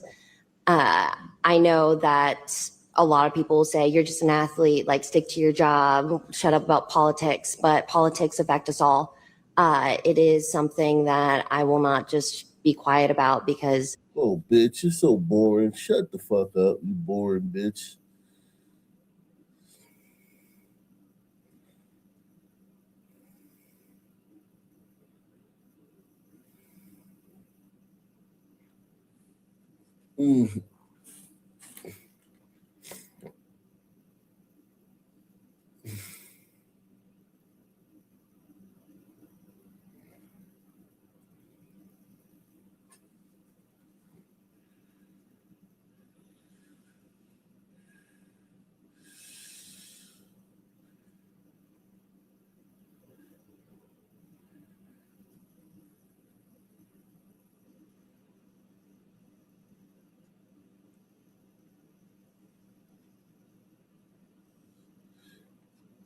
Dr. Boyce Watkins, it says, I was really annoyed by this video until someone showed me the entire thing.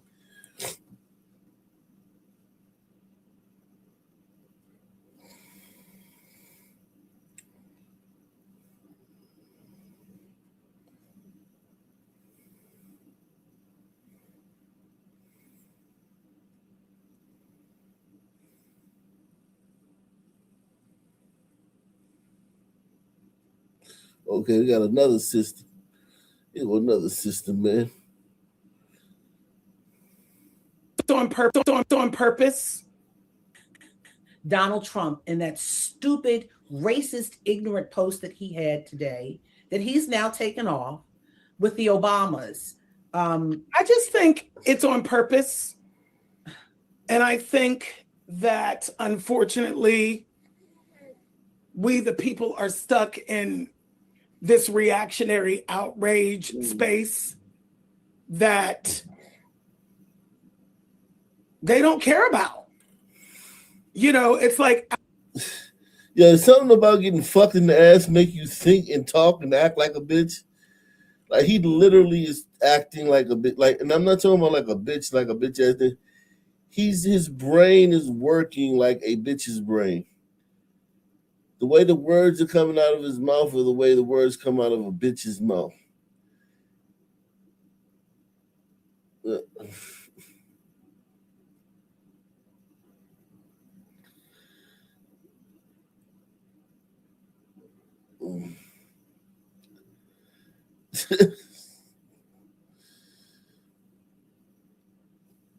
Outrage used to matter. Have you no decency, sir? Have you no decency? No, they don't. The answer is they don't. So when we're trying to engage with them in the ways that we've been engaging in the past, it doesn't work. And we have to find a new way to engage. We were talking about this when I was in London last year. I was like, I say spend the first 5 minutes covering him and then move on everywhere. Stop talking about him. Every time we open up our mouths and give him But this is a new level, 24/7 Billy. oxygen. What? This is a new level. Yeah. Every time we give him 24/7 oxygen, it just grows bigger and bigger and bigger and bigger.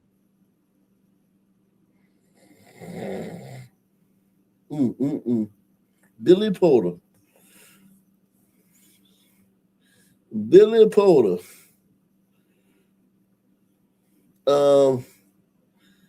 Let's see. You more of a bitch than a bitch, Billy Porter.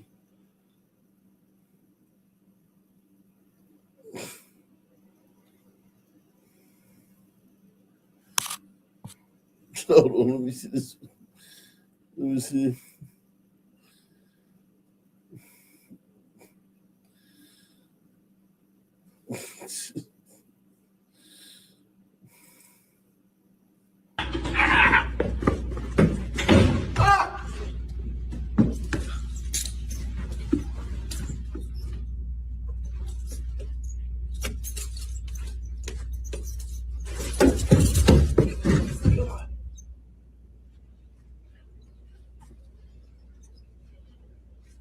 Good job, mannequin.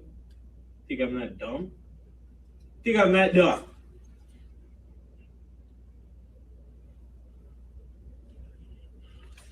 Only one way to find out. Only a criminal got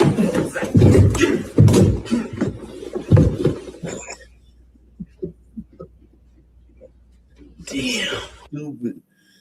This stupid skit, man. Y'all need to go back to the drawing board. Y'all suck.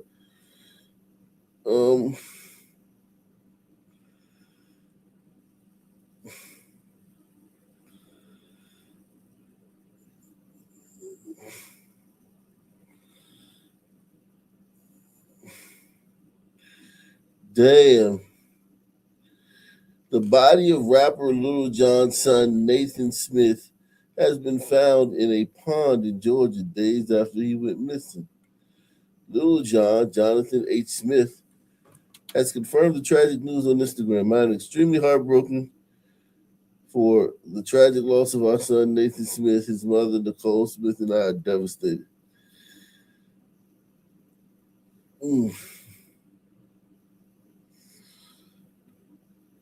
Lil Jon's son. Right?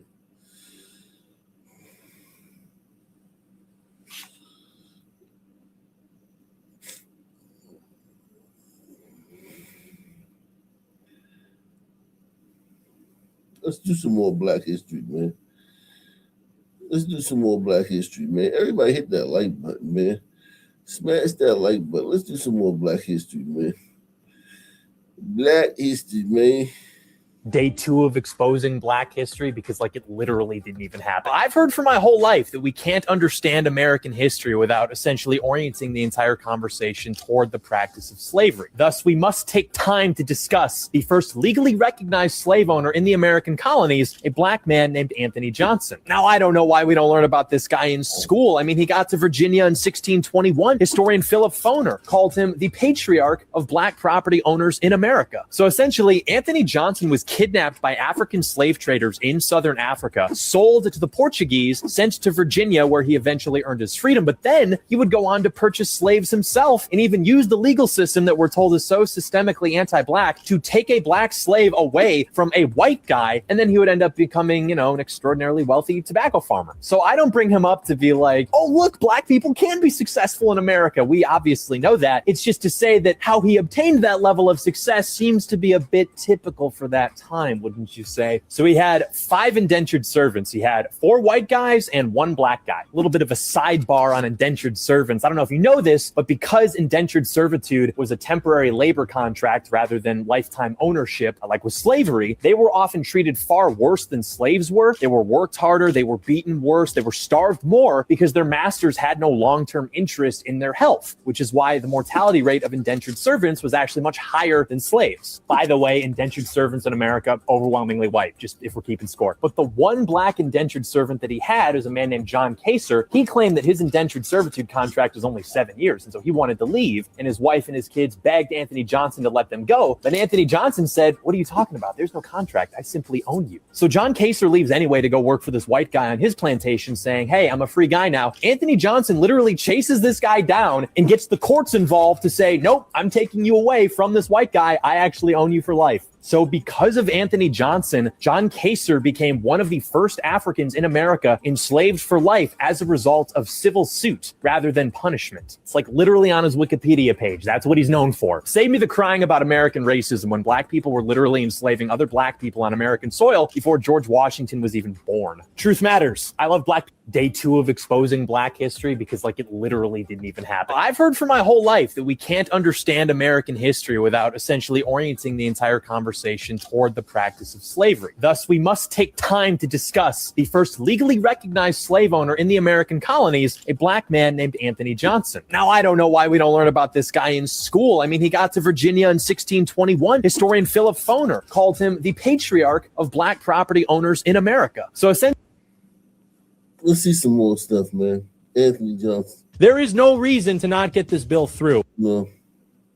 Day 3 of exposing black history because it like literally didn't even happen. But you probably heard about Thomas Jefferson allegedly having sex with one of his black slaves, Sally Hemings. Apparently they had a bunch of kids together. You learn all about this in school. If you go to Monticello, Jefferson's estate, it's all you hear about. And this is of course done because they would like to further tar the image of the men who founded our country. The good news is that it's literally not even true. Sally Hemings was not even black like they portray her now to be. She was 3/4 white, 1/4 black. Brittany Venti would be more black than she was. She had fair skin, straight hair, the whole 9 yards. They need you to believe that she was fully 100% black because that's what suits their narrative. Okay, fine. Who cares? What was the relationship that they even had? Well, Sally was Jefferson's daughter's servant. Thousands of letters, tens of thousands of letters. The only thing Jefferson ever says about her is Marie's servant is doing well after having a child. And the only time Sally was ever with Jefferson outside of her time in Monticello was in Paris. And she wasn't even the person that he requested to accompany him. He wanted an older woman to accompany his daughter and care for her, but Sally was the only one available because she was inoculated against smallpox. And even though she was 14 when his daughter Marie was 9, when the two stayed with the Adams in France, they said that Sally was even more childish than the 9-year-old daughter Marie. And if you know anything about Jefferson, it does not exactly match up with his taste in women. When Jefferson was in Paris and, he's building up the roster, he had a couple women that he was going after, writing letters to. One was a relative of Alexander Hamilton, and the other was Maria Cosway, to whom he wrote his famous love letter, The Dialogue Between My Head and My Heart, wherein he describes with intricate detail the duel between his head and his heart over how smitten he's become with her. The point being, Thomas Jefferson was a highly intelligent, aristocratic guy who was going after highly intelligent, mature, aristocratic English women, not exactly 14-year-old immature slave girls. Where does this even come from in the first place? Well, there was a paternity test that showed that Eston Hemings, only Eston Hemings, not her other son, Thomas Woodson, was a match with Jefferson's Y chromosomes. Okay, so that's literally it. Conclusive proof, Jefferson, you are the father. No, because that DNA also matched Randolph Jefferson, Thomas's younger brother, and his 5 sons. A little bit about this Randolph character. He was described by the Monticello slave Isaac Jefferson as old master's brother, Mass Randolph, a mighty simple man, used to come out among black people, play the fiddle, and dance half the night. He was also known for going to bed with them after he was done playing. And wouldn't you know it, guess who was invited to come hang out at Monticello 9 months before Eston Hemings was born? Randolph Jefferson and his kids. So who do you think is more likely to be the father? The sensitive young man who writes sappy love letters to English aristocrats and had to stay home for 2 days because he had a terrible headache after he embarrassed himself in front of a girl he liked? Or his brother who liked to get down, party with slaves, and was also known to have a little bit of an appetite for black queens? Keep Thomas Jefferson's name out your mouth. Truth matters. I love black people.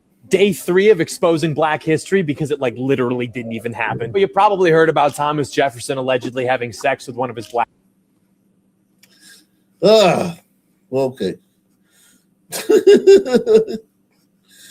back to the regularly scheduled programming, man. Let's see what's going on.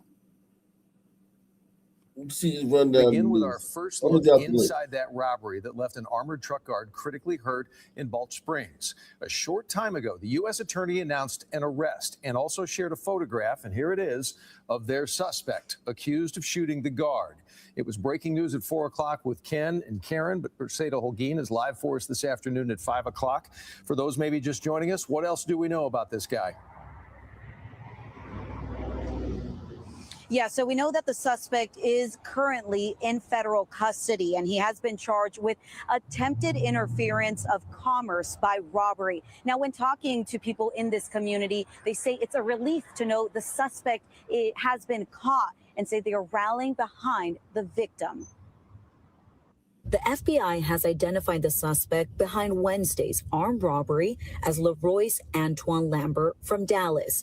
According to the U.S. Attorney's Office, Lambert approached a Loomis security guard who was servicing the bank's drive-up ATM machines located outside the Chase Bank off Lake June Road. Lambert demanded the money, then moments later shot the guard 3 times. Witnesses nearby ran to help the victim. I ran outside, and that's when she ran behind me and she started helping the gentleman, and I called 911. Surveillance video I was able to obtain shows someone dressed in black, similar to the picture released by the U.S. attorney, running away from the scene. He deserved to be cut. Okay? People have their money here, people count on their savings and whatnot, and you feel like you want to take away from somebody. The guard was taken to the hospital, but there has been no official update on him. CBS News Texas talked with the former Loomis employee who knows the victim. Good person, hard worker, didn't deserve what happened to him, but he was put in a situation where he was at risk. Now, if convicted, Lambert could face a maximum sentence of 20 years in federal prison. Perseda, one thing we've all kind of batted around the newsroom. I think when all of us drive around and we see these guards here and there in these vehicles, we always see them working in pairs. So it kind of led to the question, the open question for us at least, why was this Loomis security guard working alone? Do we know? And also some people asking, when will that bank reopen? You know, Doug, that is a question we are still trying to gather information around. I've been reaching out to Loomis since this incident happened on Wednesday and have not heard back. And you're right, typically in these types of scenarios, armored security works in pairs. So it's unknown why on Wednesday that security guard was alone. Now, as for when this branch will reopen, Chase says it will reopen very soon, but could not give me an exact date. Now reporting live in Blanche Springs, Perseda Holguin, CBS News Texas. All right, Perseda, thanks very much. We appreciate the update.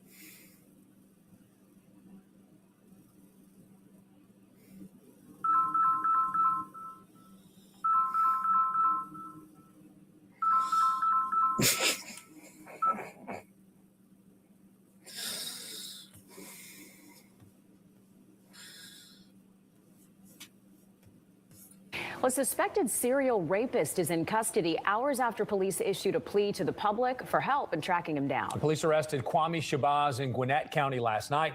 Good Day's Kim Luffler joins us from the Fulton County Jail, where Shabazz is being booked. Kim, good morning. Well, good morning. This suspect has a very criminal history here in Fulton County, and police say they believe that he is behind another rape as well in College Park. Atlanta police asked for the public's help to find Kwame Shabazz in a press conference on Thursday afternoon. That's a scary looking brother, man. I ain't gonna lie, man. That's a scary looking brother, man. Police say Shabazz forced his way into a Buckhead apartment complex on Cosmopolitan Drive on January 22nd. Investigators say Shabazz spotted the female victim taking her trash out and ambushed her, forcing her back into her apartment where he raped her. The victim called 911 immediately after it happened. She's been very cooperative, very brave. She was able to put out a sketch for us for GBI as well, and she was able to... Yeah, he looked kind of handsome in this one, man. She must have liked it. Press 1, man. That guy look handsome in that picture, man. Look at this ugly motherfucker, man. She must have liked it, man. I know that's wrong. That is wrong, man. I shouldn't have said that. Fuck me, man. Fuck me, man. That was so wrong. I'm pushing the edge, man. That was too edgy. Press 1, man. That was too edgy, man. That was too edgy, man.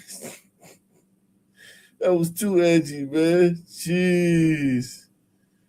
Fucking A, man.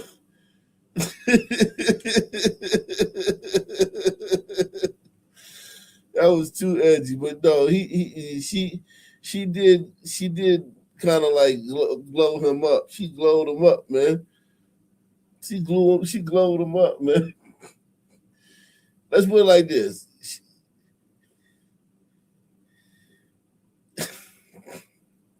He tore her ass up. Let's put it like this.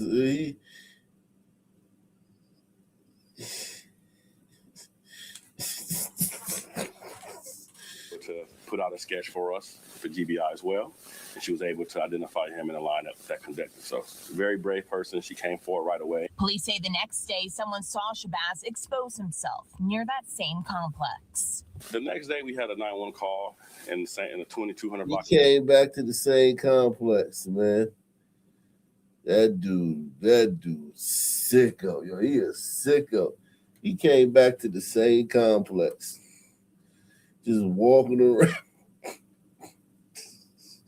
Just strolled through the same complex, yo.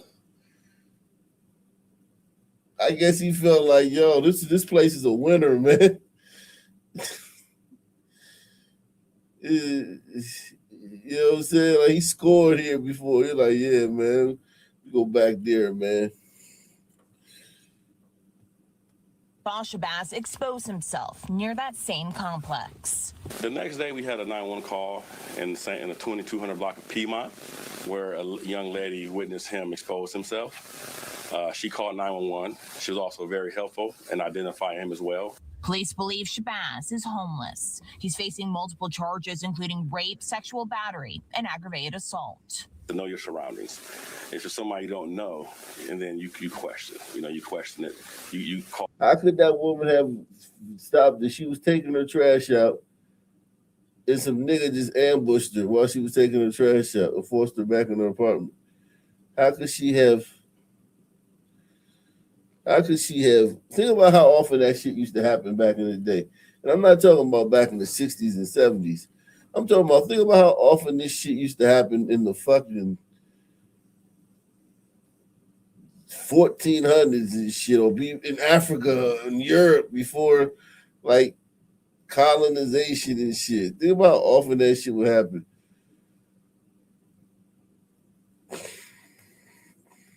Offer assistance, you get security, you get someone to help, you call 911. In Fulton County alone, Shabazz has several charges dating back to 2015 when he was arrested for attempted murder.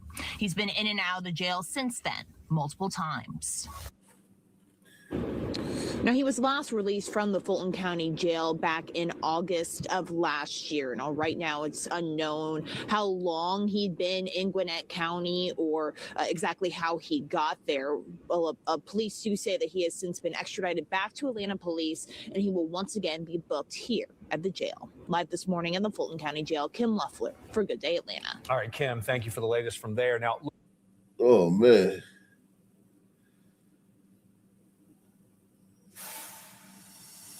Woo.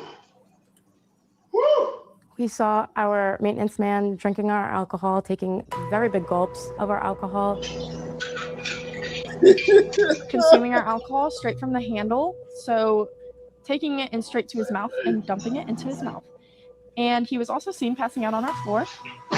That's right here. Right here. Yep. This is in the middle of your apartment.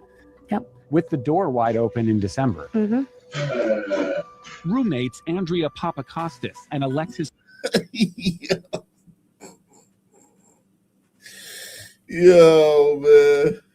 What's up, Iconic, man? They giving a brother a hard brother's getting a bad break, man. We not really like this, man. This is just these two videos, man. It's really making us look bad, man. This actually make us look worse than the video Trump posted, man.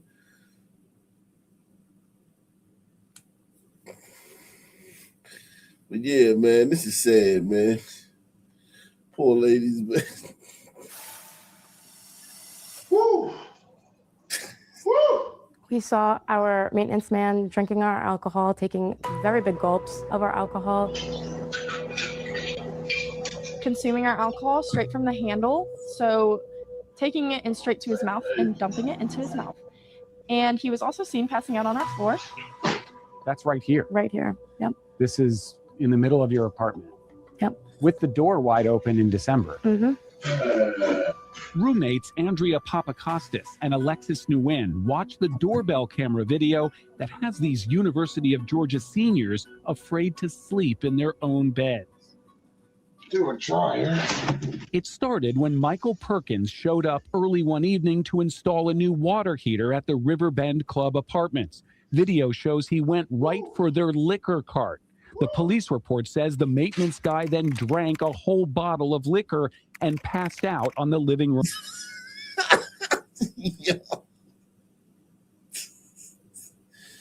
Yo, this is insane. This is nasty work. So what if that dude has AIDS? Passed out on the floor. Yeah, he done drank all the their thing. Yeah, I mean, like, what if he got a cold? What if he got herpes? Like, just whatever. Something, yeah. He just drank out of there. But yeah, man, that's what you think. Make you see how many times make you do that, man. Like, just go in your fucking refrigerator and drink out your milk carton and shit. Like, yeah, this dude is wild, man. He doesn't represent all blacks, man. All blacks aren't monkeys, man. You see him get up, punch his hands, punch his palms. You don't want to come back? I'll follow you. You see him punch the wall by our front door, punching his hands together and saying, "Come back so I can follow you." You don't want to come back? I'll follow you. The video shows Perkins wandering around the apartment for a while before eventually closing the front door around 7:45 p.m. But he didn't leave right away. He rang the doorbell, but a hand repeatedly covers the camera. That wasn't the end. Perkins appears at the door again at 4 a.m. the next morning. What's the most disturbing thing to you on that video? Coming at 4 o'clock in the morning at a time where most people are sleeping, him trying to enter our apartment. He's reaching for the doorknob, and he is seen twisting the doorknob without a key and without knowing that it's locked. The women were not home. They had just left for winter break. My mind goes to a whole bunch of scenarios of what could have happened if I was sleeping or my roommate. You know what would happen. Yeah, that dude is looking to kill. He would have been. She'd have drew a sketch of him. He'd have been looking like Denzel Washington out there, motherfucker. Huh? Shit, man. You know what would happen, baby. You'd have got your ass. You'd have got your ass fucking. Whew. Yeah. And look at how small this I lady is. know. He wouldn't have gave her no mercy, man. He'd have broke her in half, man.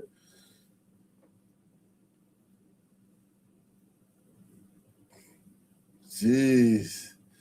Was sleeping in our rooms. Alexis was jolted awake by the sound of her Ring doorbell and watched the rest unfold via live video on the app. They're dead. He was heard saying, they are dead, quote unquote, they are dead. They're dead. What is this guy thinking? Is like, this is clearly, it has to be about us because you are outside of our apartment trying to enter at 4 o'clock and then you are heard saying they are dead. Can I help you? It's 4:30 a.m.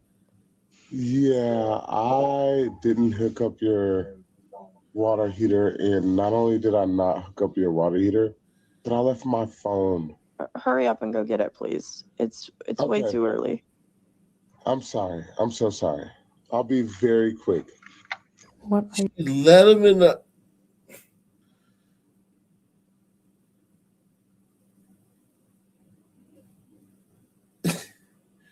She let him in the house again. Holy shit.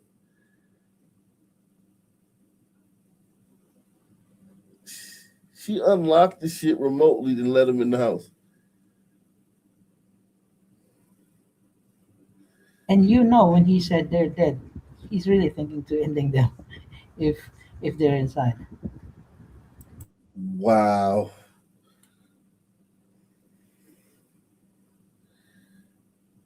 Wow. But I left my phone. Hurry up and go get it, please. It's way Okay. too early. I'm sorry. I'm so sorry. I'll be very quick. What are you doing? That led the roommates to check all the video. Yeah, he's covering. Once they saw recordings of him drinking and sprawled out on the floor hours earlier, they called police. Jail records show Perkins was arrested on charges of burglary and stalking. The women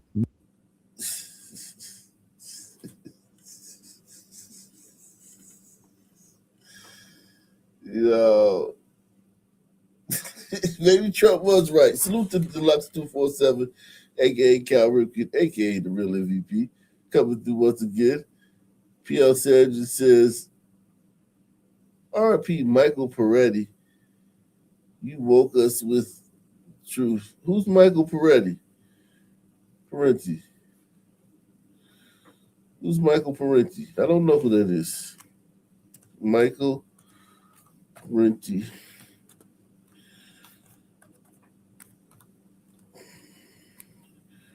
Oh, American political scientist. Oh, wow.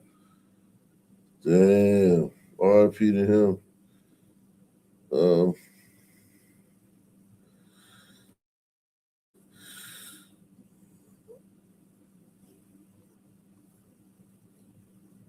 was arrested on charges of burglary and stalking. The women, no longer feeling safe in their apartment, asked the complex to move them. When you immediately notified them in December, they changed the locks, they fired him. Then you guys send a letter through an attorney at the end of December. It's now the middle of January, Correct. and you're still in this apartment. Yes. And the apartment change, the unit change was big on our request, at least the bare minimum. It's been 2 weeks since you sent a letter asking to be moved, Yes. and it's been a month since he was arrested. Yes. And you're still in this apartment. Correct. Yes. No action has been taken besides changing our locks. Riverbend Club Apartments and their attorney did not respond to multiple emails sent by Atlanta News First Investigates over a week. Records we obtained show the day after we recorded these interviews with the students, the complex offered to let them out of their lease and pay for the alcohol and moving expenses. Unfortunately, Riverbend Club does not have a unit available for them to relocate, the apartment's attorney told them. We were not able to reach Perkins in jail. I mean, my life is at stake. I feel like, who knows, after he makes bond, he might want to seek revenge that we put him in jail. My mind just wanders as to what could happen to me or my roommate. He knows where you live. Yes. Is that the biggest concern? Yes. I mean, he could make bond and he knows why he was in jail. Correct. Because you called the police. Yep. Do you feel safe right now? I do not feel safe whatsoever. I've never felt more unsafe in my entire life.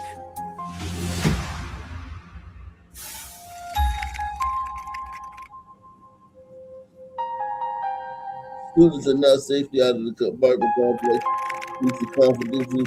The agreement required them to notify Atlanta News First that Riverbend Club agreed to our request. Alexis sought temporary protective order against Michael Perkins. The judge granted a 12-month temporary protection. Oh, right. Jesus Christ.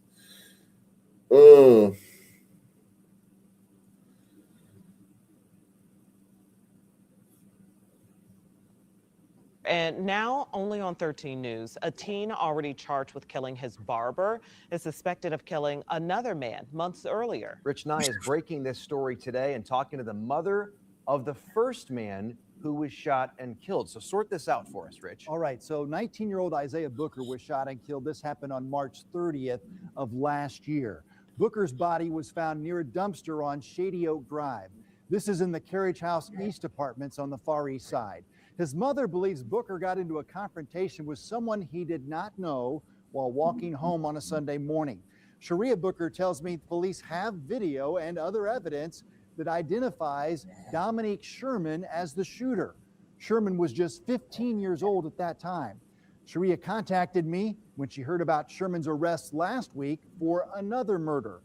Sherman is charged with shooting and killing his barber, 35-year-old Stephen Coach. That was on November 8th of last year at 39th in Pennsylvania. Court records say that Coach had gone to the City View apartments to trade a watch for a gun from Sherman. In November, that happened back in November, and back then he was 16 years old. So this murder case was automatically waived to adult court. Now, this is video from his initial court appearance last week in that case, and his trial is scheduled for March 23rd. So I want to stress that Sherman has not been charged in Isaiah Booker's homicide, but Sharia believes he will be charged soon, and I'm confident reporting that police believe this is their suspect and that Sherman is responsible for 2 killings last year. And at such a young age. So what's the official police response? So police say that they are still investigating. This is an open investigation. They're asking anyone with information to come forward. But I asked directly, do you have your suspect in custody? And they did not directly answer that question. And again, we're talking about a suspect here who was 15, 16 years old. Correct. Time. Wow. Yeah. All right, Rich, thank you.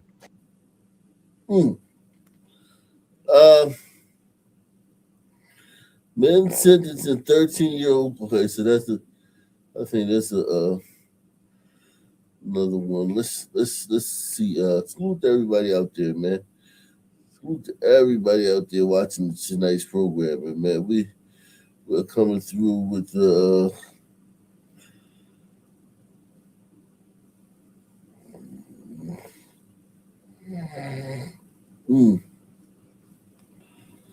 Let's see where else we can go. Salute to everybody out there, man. Okay, we got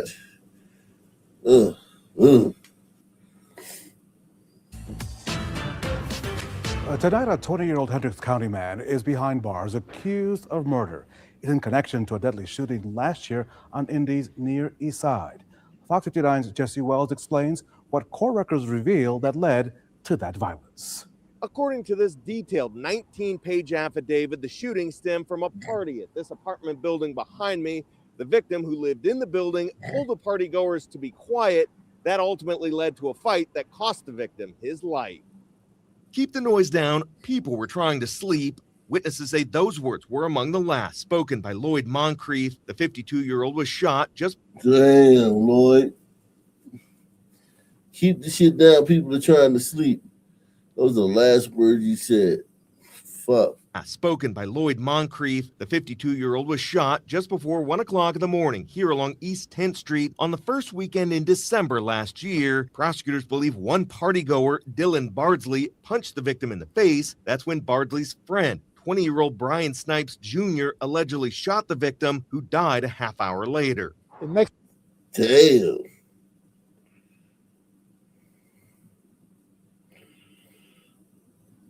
White and blacks, listen, jeez.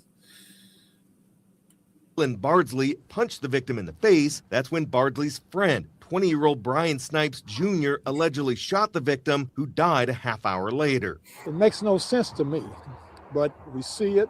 It's happening. The shooting at this apartment building took place just a half mile away from Pastor Boyd's church. Nearly 2 months after the killing, police tracked down and arrested the accused gunman this week in Hendricks County. This just highlights again, we're going to hold people accountable for their actions, and this criminal actions here, which took to life. According to court records, Snipes lost a shoe and phone at the scene and admitted to the shooting, but claimed he acted in self-defense, using a gun Bardsley brought to the party. The first officer who responded to the scene did find another gun on the victim, but multiple witnesses insisted he wasn't holding the weapon and didn't pose a threat before he was shot. Court records show at the time of the killing, Bardsley was on pretrial release in connection to a separate non-fatal shooting in Avon. Both Pastor Boyd and police just wish people would learn to settle disputes without gunfire. Using firearms to solve a conflict is not the way we want you to go about it. We don't have to continue with senseless violence. We just need to learn how to communicate. Finally, Snipes is currently being held without bond in Marion County for the murder. In the meantime, Bardsley is also being held without bond temporarily on a separate weapons charge in Hendricks County. Jesse Wells, Fox 59 News. Rough hombres out here, man.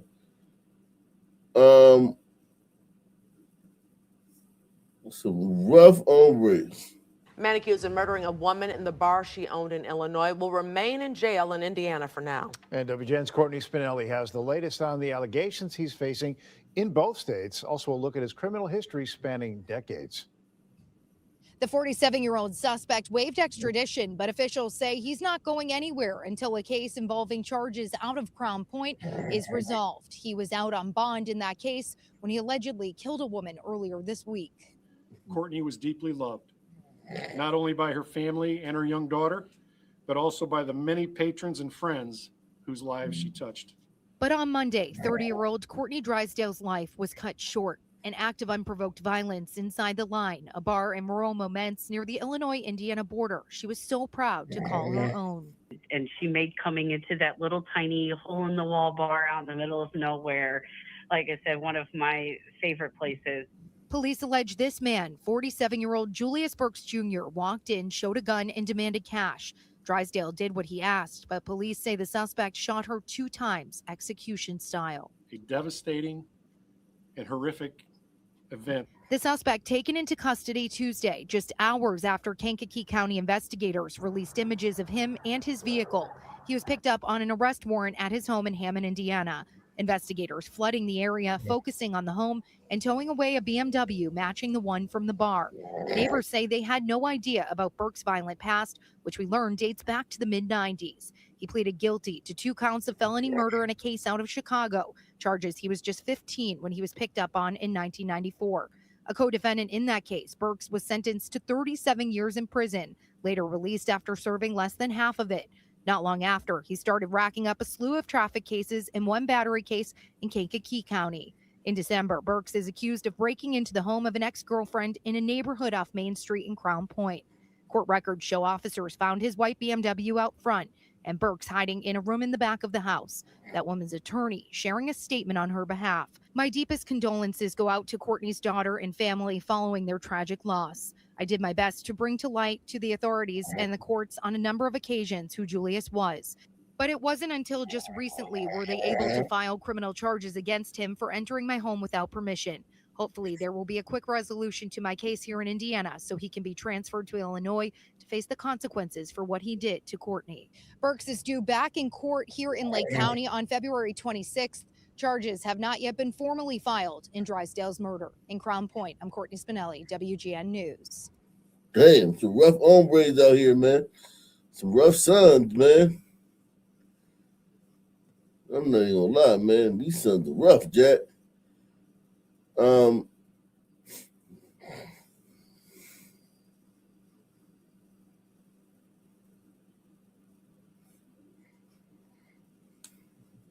See Memphis. We used to do Memphis all the time, man.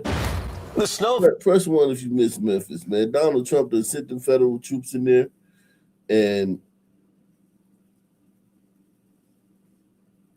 And the crime in Memphis is going down so much we don't even get to go to Memphis as much anymore. It's fucked up, man.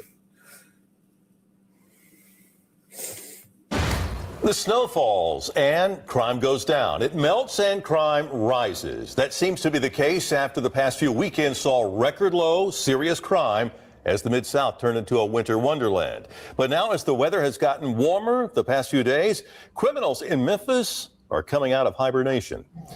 Hello, I'm Greg Hurst. Hi, I'm Stephanie Skurlock. WREG's Harrison Klopp has been all over the city the past week, and he joins us live tonight after he spent the afternoon in the Raleigh neighborhood after a woman was shot in the neck. And Harrison, what did you learn about that case? Greg, Stephanie, it's another task force arrest in Raleigh, but in this case, one of the suspect's mothers tells me it's a little different. Yeah, they have it all wrong.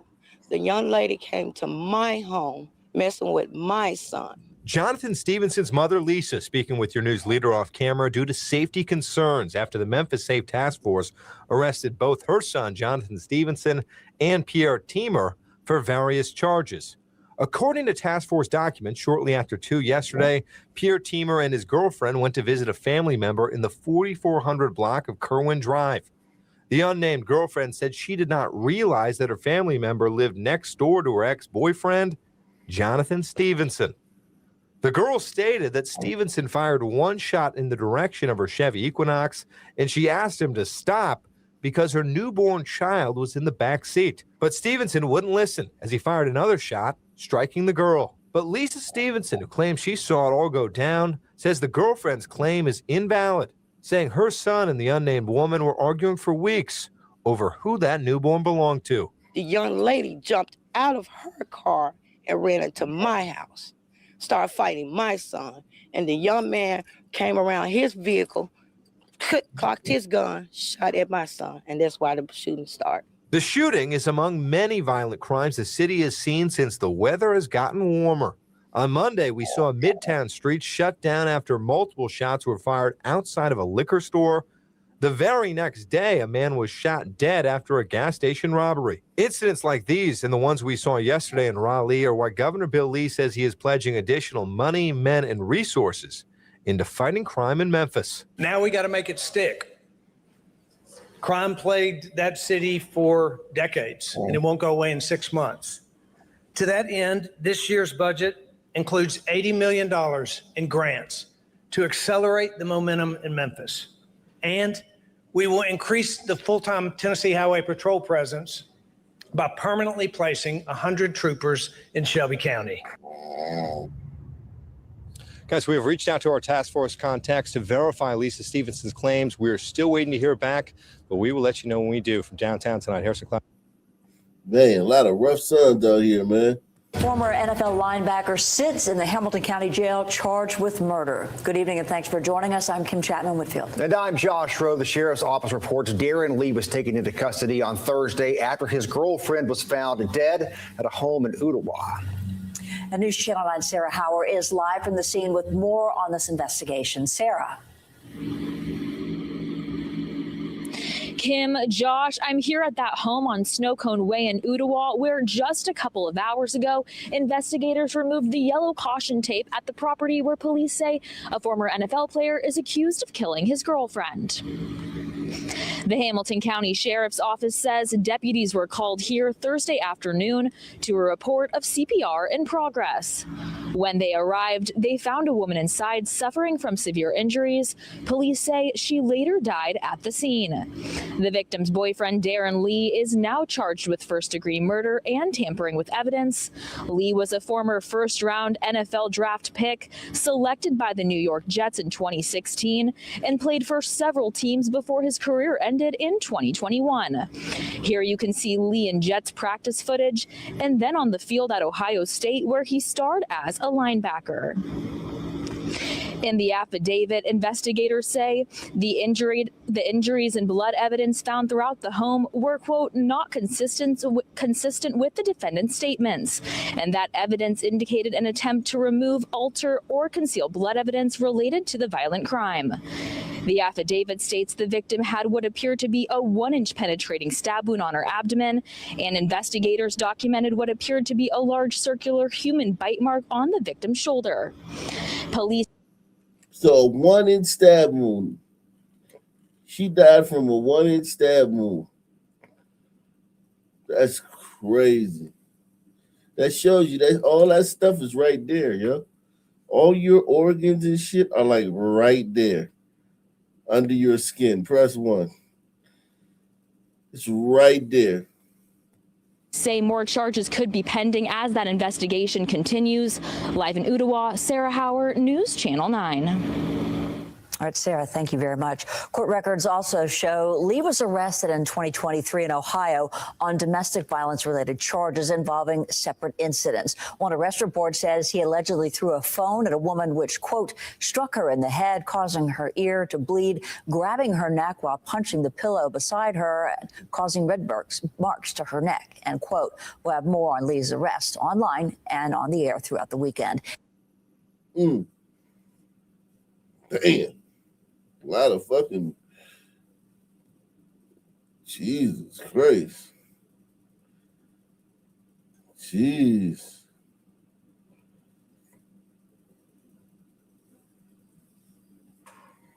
You ready? Okay.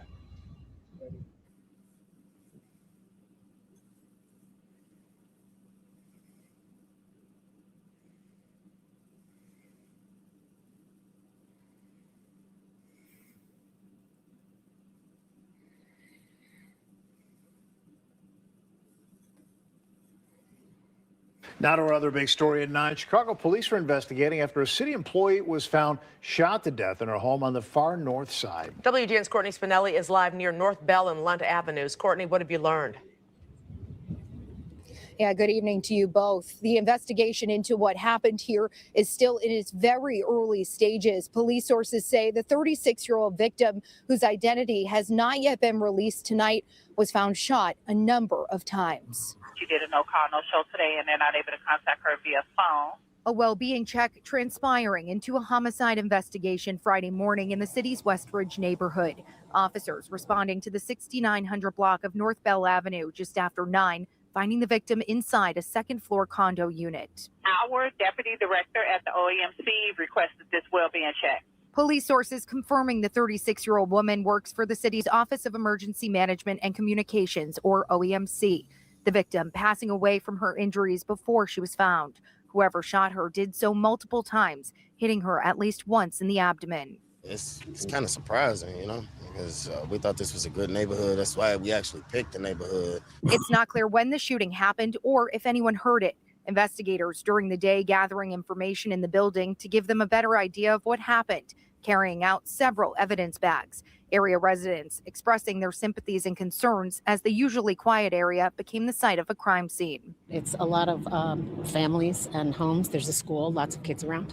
It's definitely a little nerve-wracking. Investigators will be digging for answers in the hours and days to come as neighbors will be hoping it leads to whoever is behind this. Prayers to the family. I hope they find out whoever did it. You know, I definitely hope for justice. Area 3 detectives are conducting the investigation into this homicide. As of tonight, no arrests have been made, and they're still working to determine a motive. So anyone who may have information could help lead to justice is encouraged to reach out to police. We've also reached out tonight to the Office of Emergency Management and Communications. A sixth person arrested for the shooting of a local judge and his wife is also now facing the most charges. Rich Nye is here with the details from the first court appearance for Nevaeh Bell in Cass County today. So remember, this is a Tippecanoe County. You know, Nevaeh is a common black name. It's heaven spelled backwards. Case, but a special judge in Cass County has been assigned, and today was the last of 6 initial hearings as we've learned more details about this alleged conspiracy. How old are you today? 23. Nevaeh Bell faces 12 felony charges, including attempted murder and conspiracy to commit murder. Court records say she is the girlfriend of 43-year-old Thomas Moss and helped plan and carry out the shooting of Tippecanoe County Judge Steve. Yo, that nigga shaped like a beanbag, yo. That nigga straight up shaped like a beanbag. That jumper ain't flattering, man.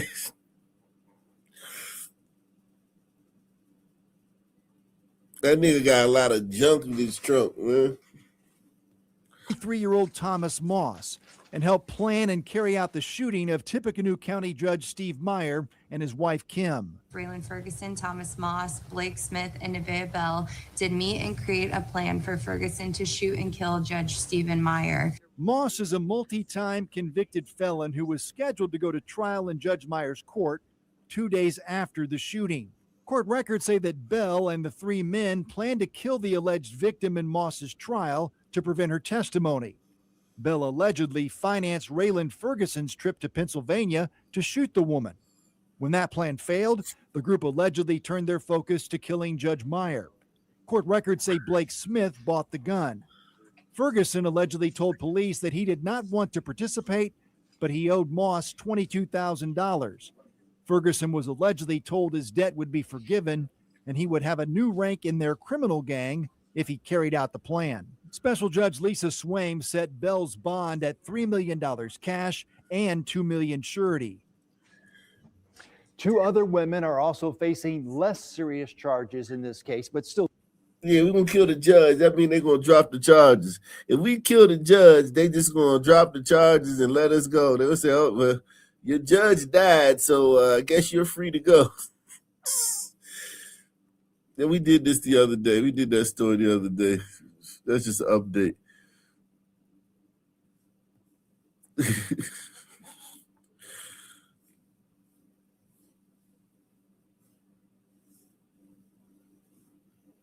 Baby girl miraculously survived despite dozens of shots being fired. Now faith leaders and city officials are pleading with the public to speak up if you know who did this.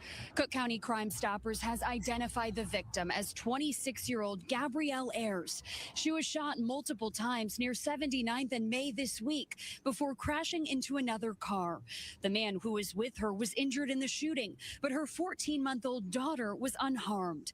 This afternoon, a vigil was held at the very same intersection alongside a Chicago Police Department roll call. Mayor Brandon Johnson was in attendance along with local and state leaders who are calling for the violence to stop. No one is in custody. And as Father Michael Flager said, now another child will grow up without their mom. He is posting a $10,000 reward. That's on top of another $10,000 reward Crime Stoppers is posting for bringing the people responsible to justice. Talk about it like that mother is your sister or your mother. Think about that baby who's going to grow up with no mother. That ought to prick your conscience to do something. And if it doesn't, then you're a frightening, scary... A monkey ass nigga. Press 1. If it's not you a monkey ass nigga. A monkey. A goddamn gorilla like Michelle and Barack. Every human being should be locked up. This is real life, and enough is enough. And I'm going to tell people like it is. I'm calling these monsters what they are. They are monsters, because what else are they? Are they good community members? Absolutely not. And we're going to find you, and we're going to make sure that we hold you accountable. If you have any information about this case, you are asked to report it right away. You can remain anonymous, and you'll see the Crime Stoppers phone number on your screen. Reporting live downtown, Casey Cronus, Fox Chicago. Jeez.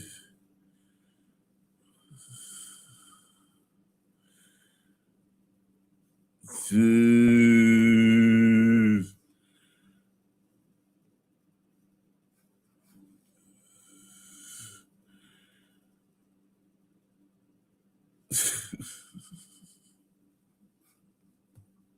Well, a New York City man has now been arrested on charges that he raped 2 teenagers in Pennsylvania. The alleged crimes date back to October, and officials are concerned today there could be more victims. Action News reporter Becca Hendrickson live now in Center City with details on this arrest and how authorities say the suspect met his victims. Becca. Brian, police say the suspect met his victims on social media friend meeting apps, and as they download the data from his phone, sources tell me they're worried that there could be more victims. He targeted 2 girls in Pennsylvania, and police believe everyone needs to be aware of this man. Take a good look at 27-year-old Dejani Brown. He's accused of raping 2 Pennsylvania teenagers, and law enforcement fears there could be more victims. One of the cases happened October 14th in this strip mall parking lot on the 1400 block of Bethlehem Pike in Horsham Township. Police say Brown brought a 14-year-old girl here overnight and sexually assaulted her. This happened twice within 2 days in 2 different counties here in Pennsylvania. The other case happened 2 days before on October 12th in Manor Township, Lancaster County. Police say Brown sexually assaulted a 13-year-old girl in his car there. In both instances, police say Brown found the victims on social media. In Horsham, he reportedly used the Perp app, which markets itself as a social networking app for people 13 and up to find new friends. He's on the Friend Finder app. He's portraying himself as a 17-year-old when, in fact, at the time of the crimes, he was 27. According to a criminal complaint, Brown gave the Horsham teenager a vape and alcohol before sexually assaulting her. Investigators say the victim called police with her parents later that morning. After months on the run, Brown was arrested by U.S. Marshals at a residence in Yonkers, New York. As police continue to investigate and look for more potential victims, authorities say everyone should be monitoring their teens' phones. And with today's apps and social media and with predators out there like Mr. Brown, you really have to pay attention to what your child's going through, who they're meeting on the phone, the apps that they're using. Brown was arraigned in New York this morning. He's expected to... Yo, there's a lot of rough brothers out there, man. Press 1. There's a lot of rough brothers out there, Jack. Woo! Jesus. A lot of ruffians out there. Shout out to Barry B, man. Barry B is in the building. A lot of ruffians out that motherfucker, man. Salute to all you guys, man.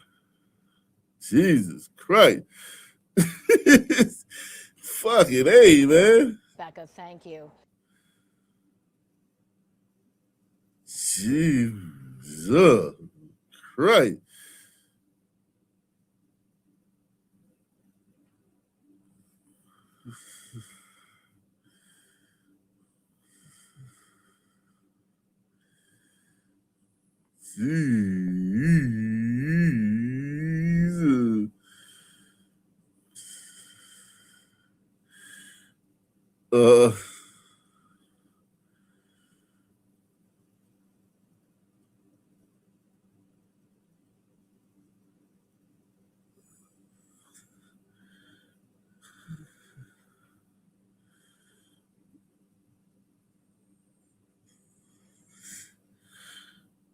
Jesus. Jesus. Yeah, man. Fuck it. Whoa. Whoa.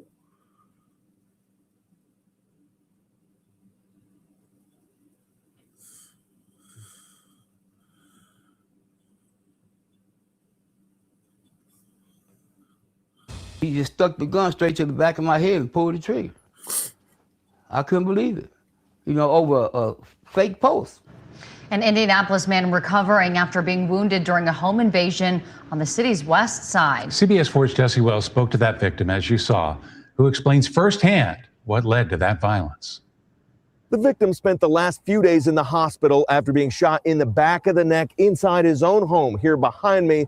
Luckily, that victim survived his injuries and lived to tell the tale. He says the violence all started with a post on social media. Early Monday morning, 2 armed thieves stormed into a West Side home intent on robbing a 64-year-old man as he slept. He said, "Where the money at? Where the money at? I've seen what you posted on Facebook. Where the money at?" Anthony says 2 days before the attempted robbery, someone called him broke on social media, so he posted this picture of a stack of cash from an old Facebook memory, only to find himself explaining to his attacker that it wasn't his money. Oh, shit. Think about the chain of events. You a nigga, somebody calls you broke. You got to prove to that person that you ain't broke, right? Which is, listen, fuck it, whatever. It is what it is. Nigga shit, right? And then, like, some niggas see this and they like, oh shit. What kind of community is that, man? A bunch of monkeys, man. Bunch of fucking monkeys. Press 1, man. Called him broke on social media, so he posted this picture of a stack of cash from an old Facebook memory, only to find himself explaining to his attacker that it wasn't his money. I kept trying to beat in his head that it was fake. I said, man, it was a prank. It was fake. Anthony says when the intruders realized there wasn't a pile of cash hidden inside the home here on Patricia Street, they didn't just leave. Instead, after repeatedly pistol whipping and choking him, one of the suspects shot him execution style in the back of the neck. Wow. He just stuck the gun straight to the back of my head and pulled the trigger. Wow.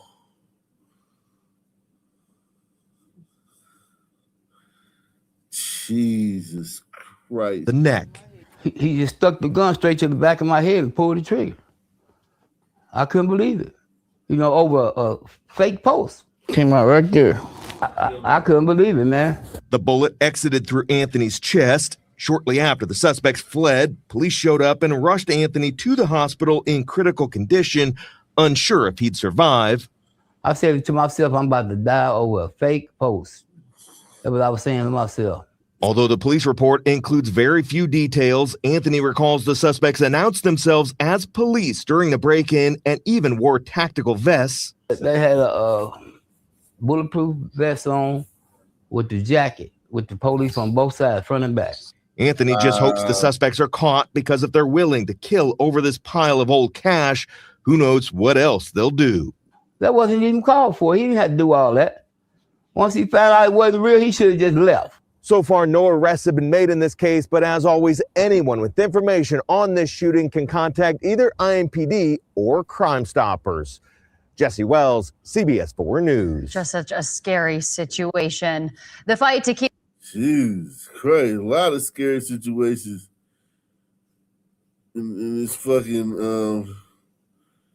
a lot of scary situations in Blackistan, man.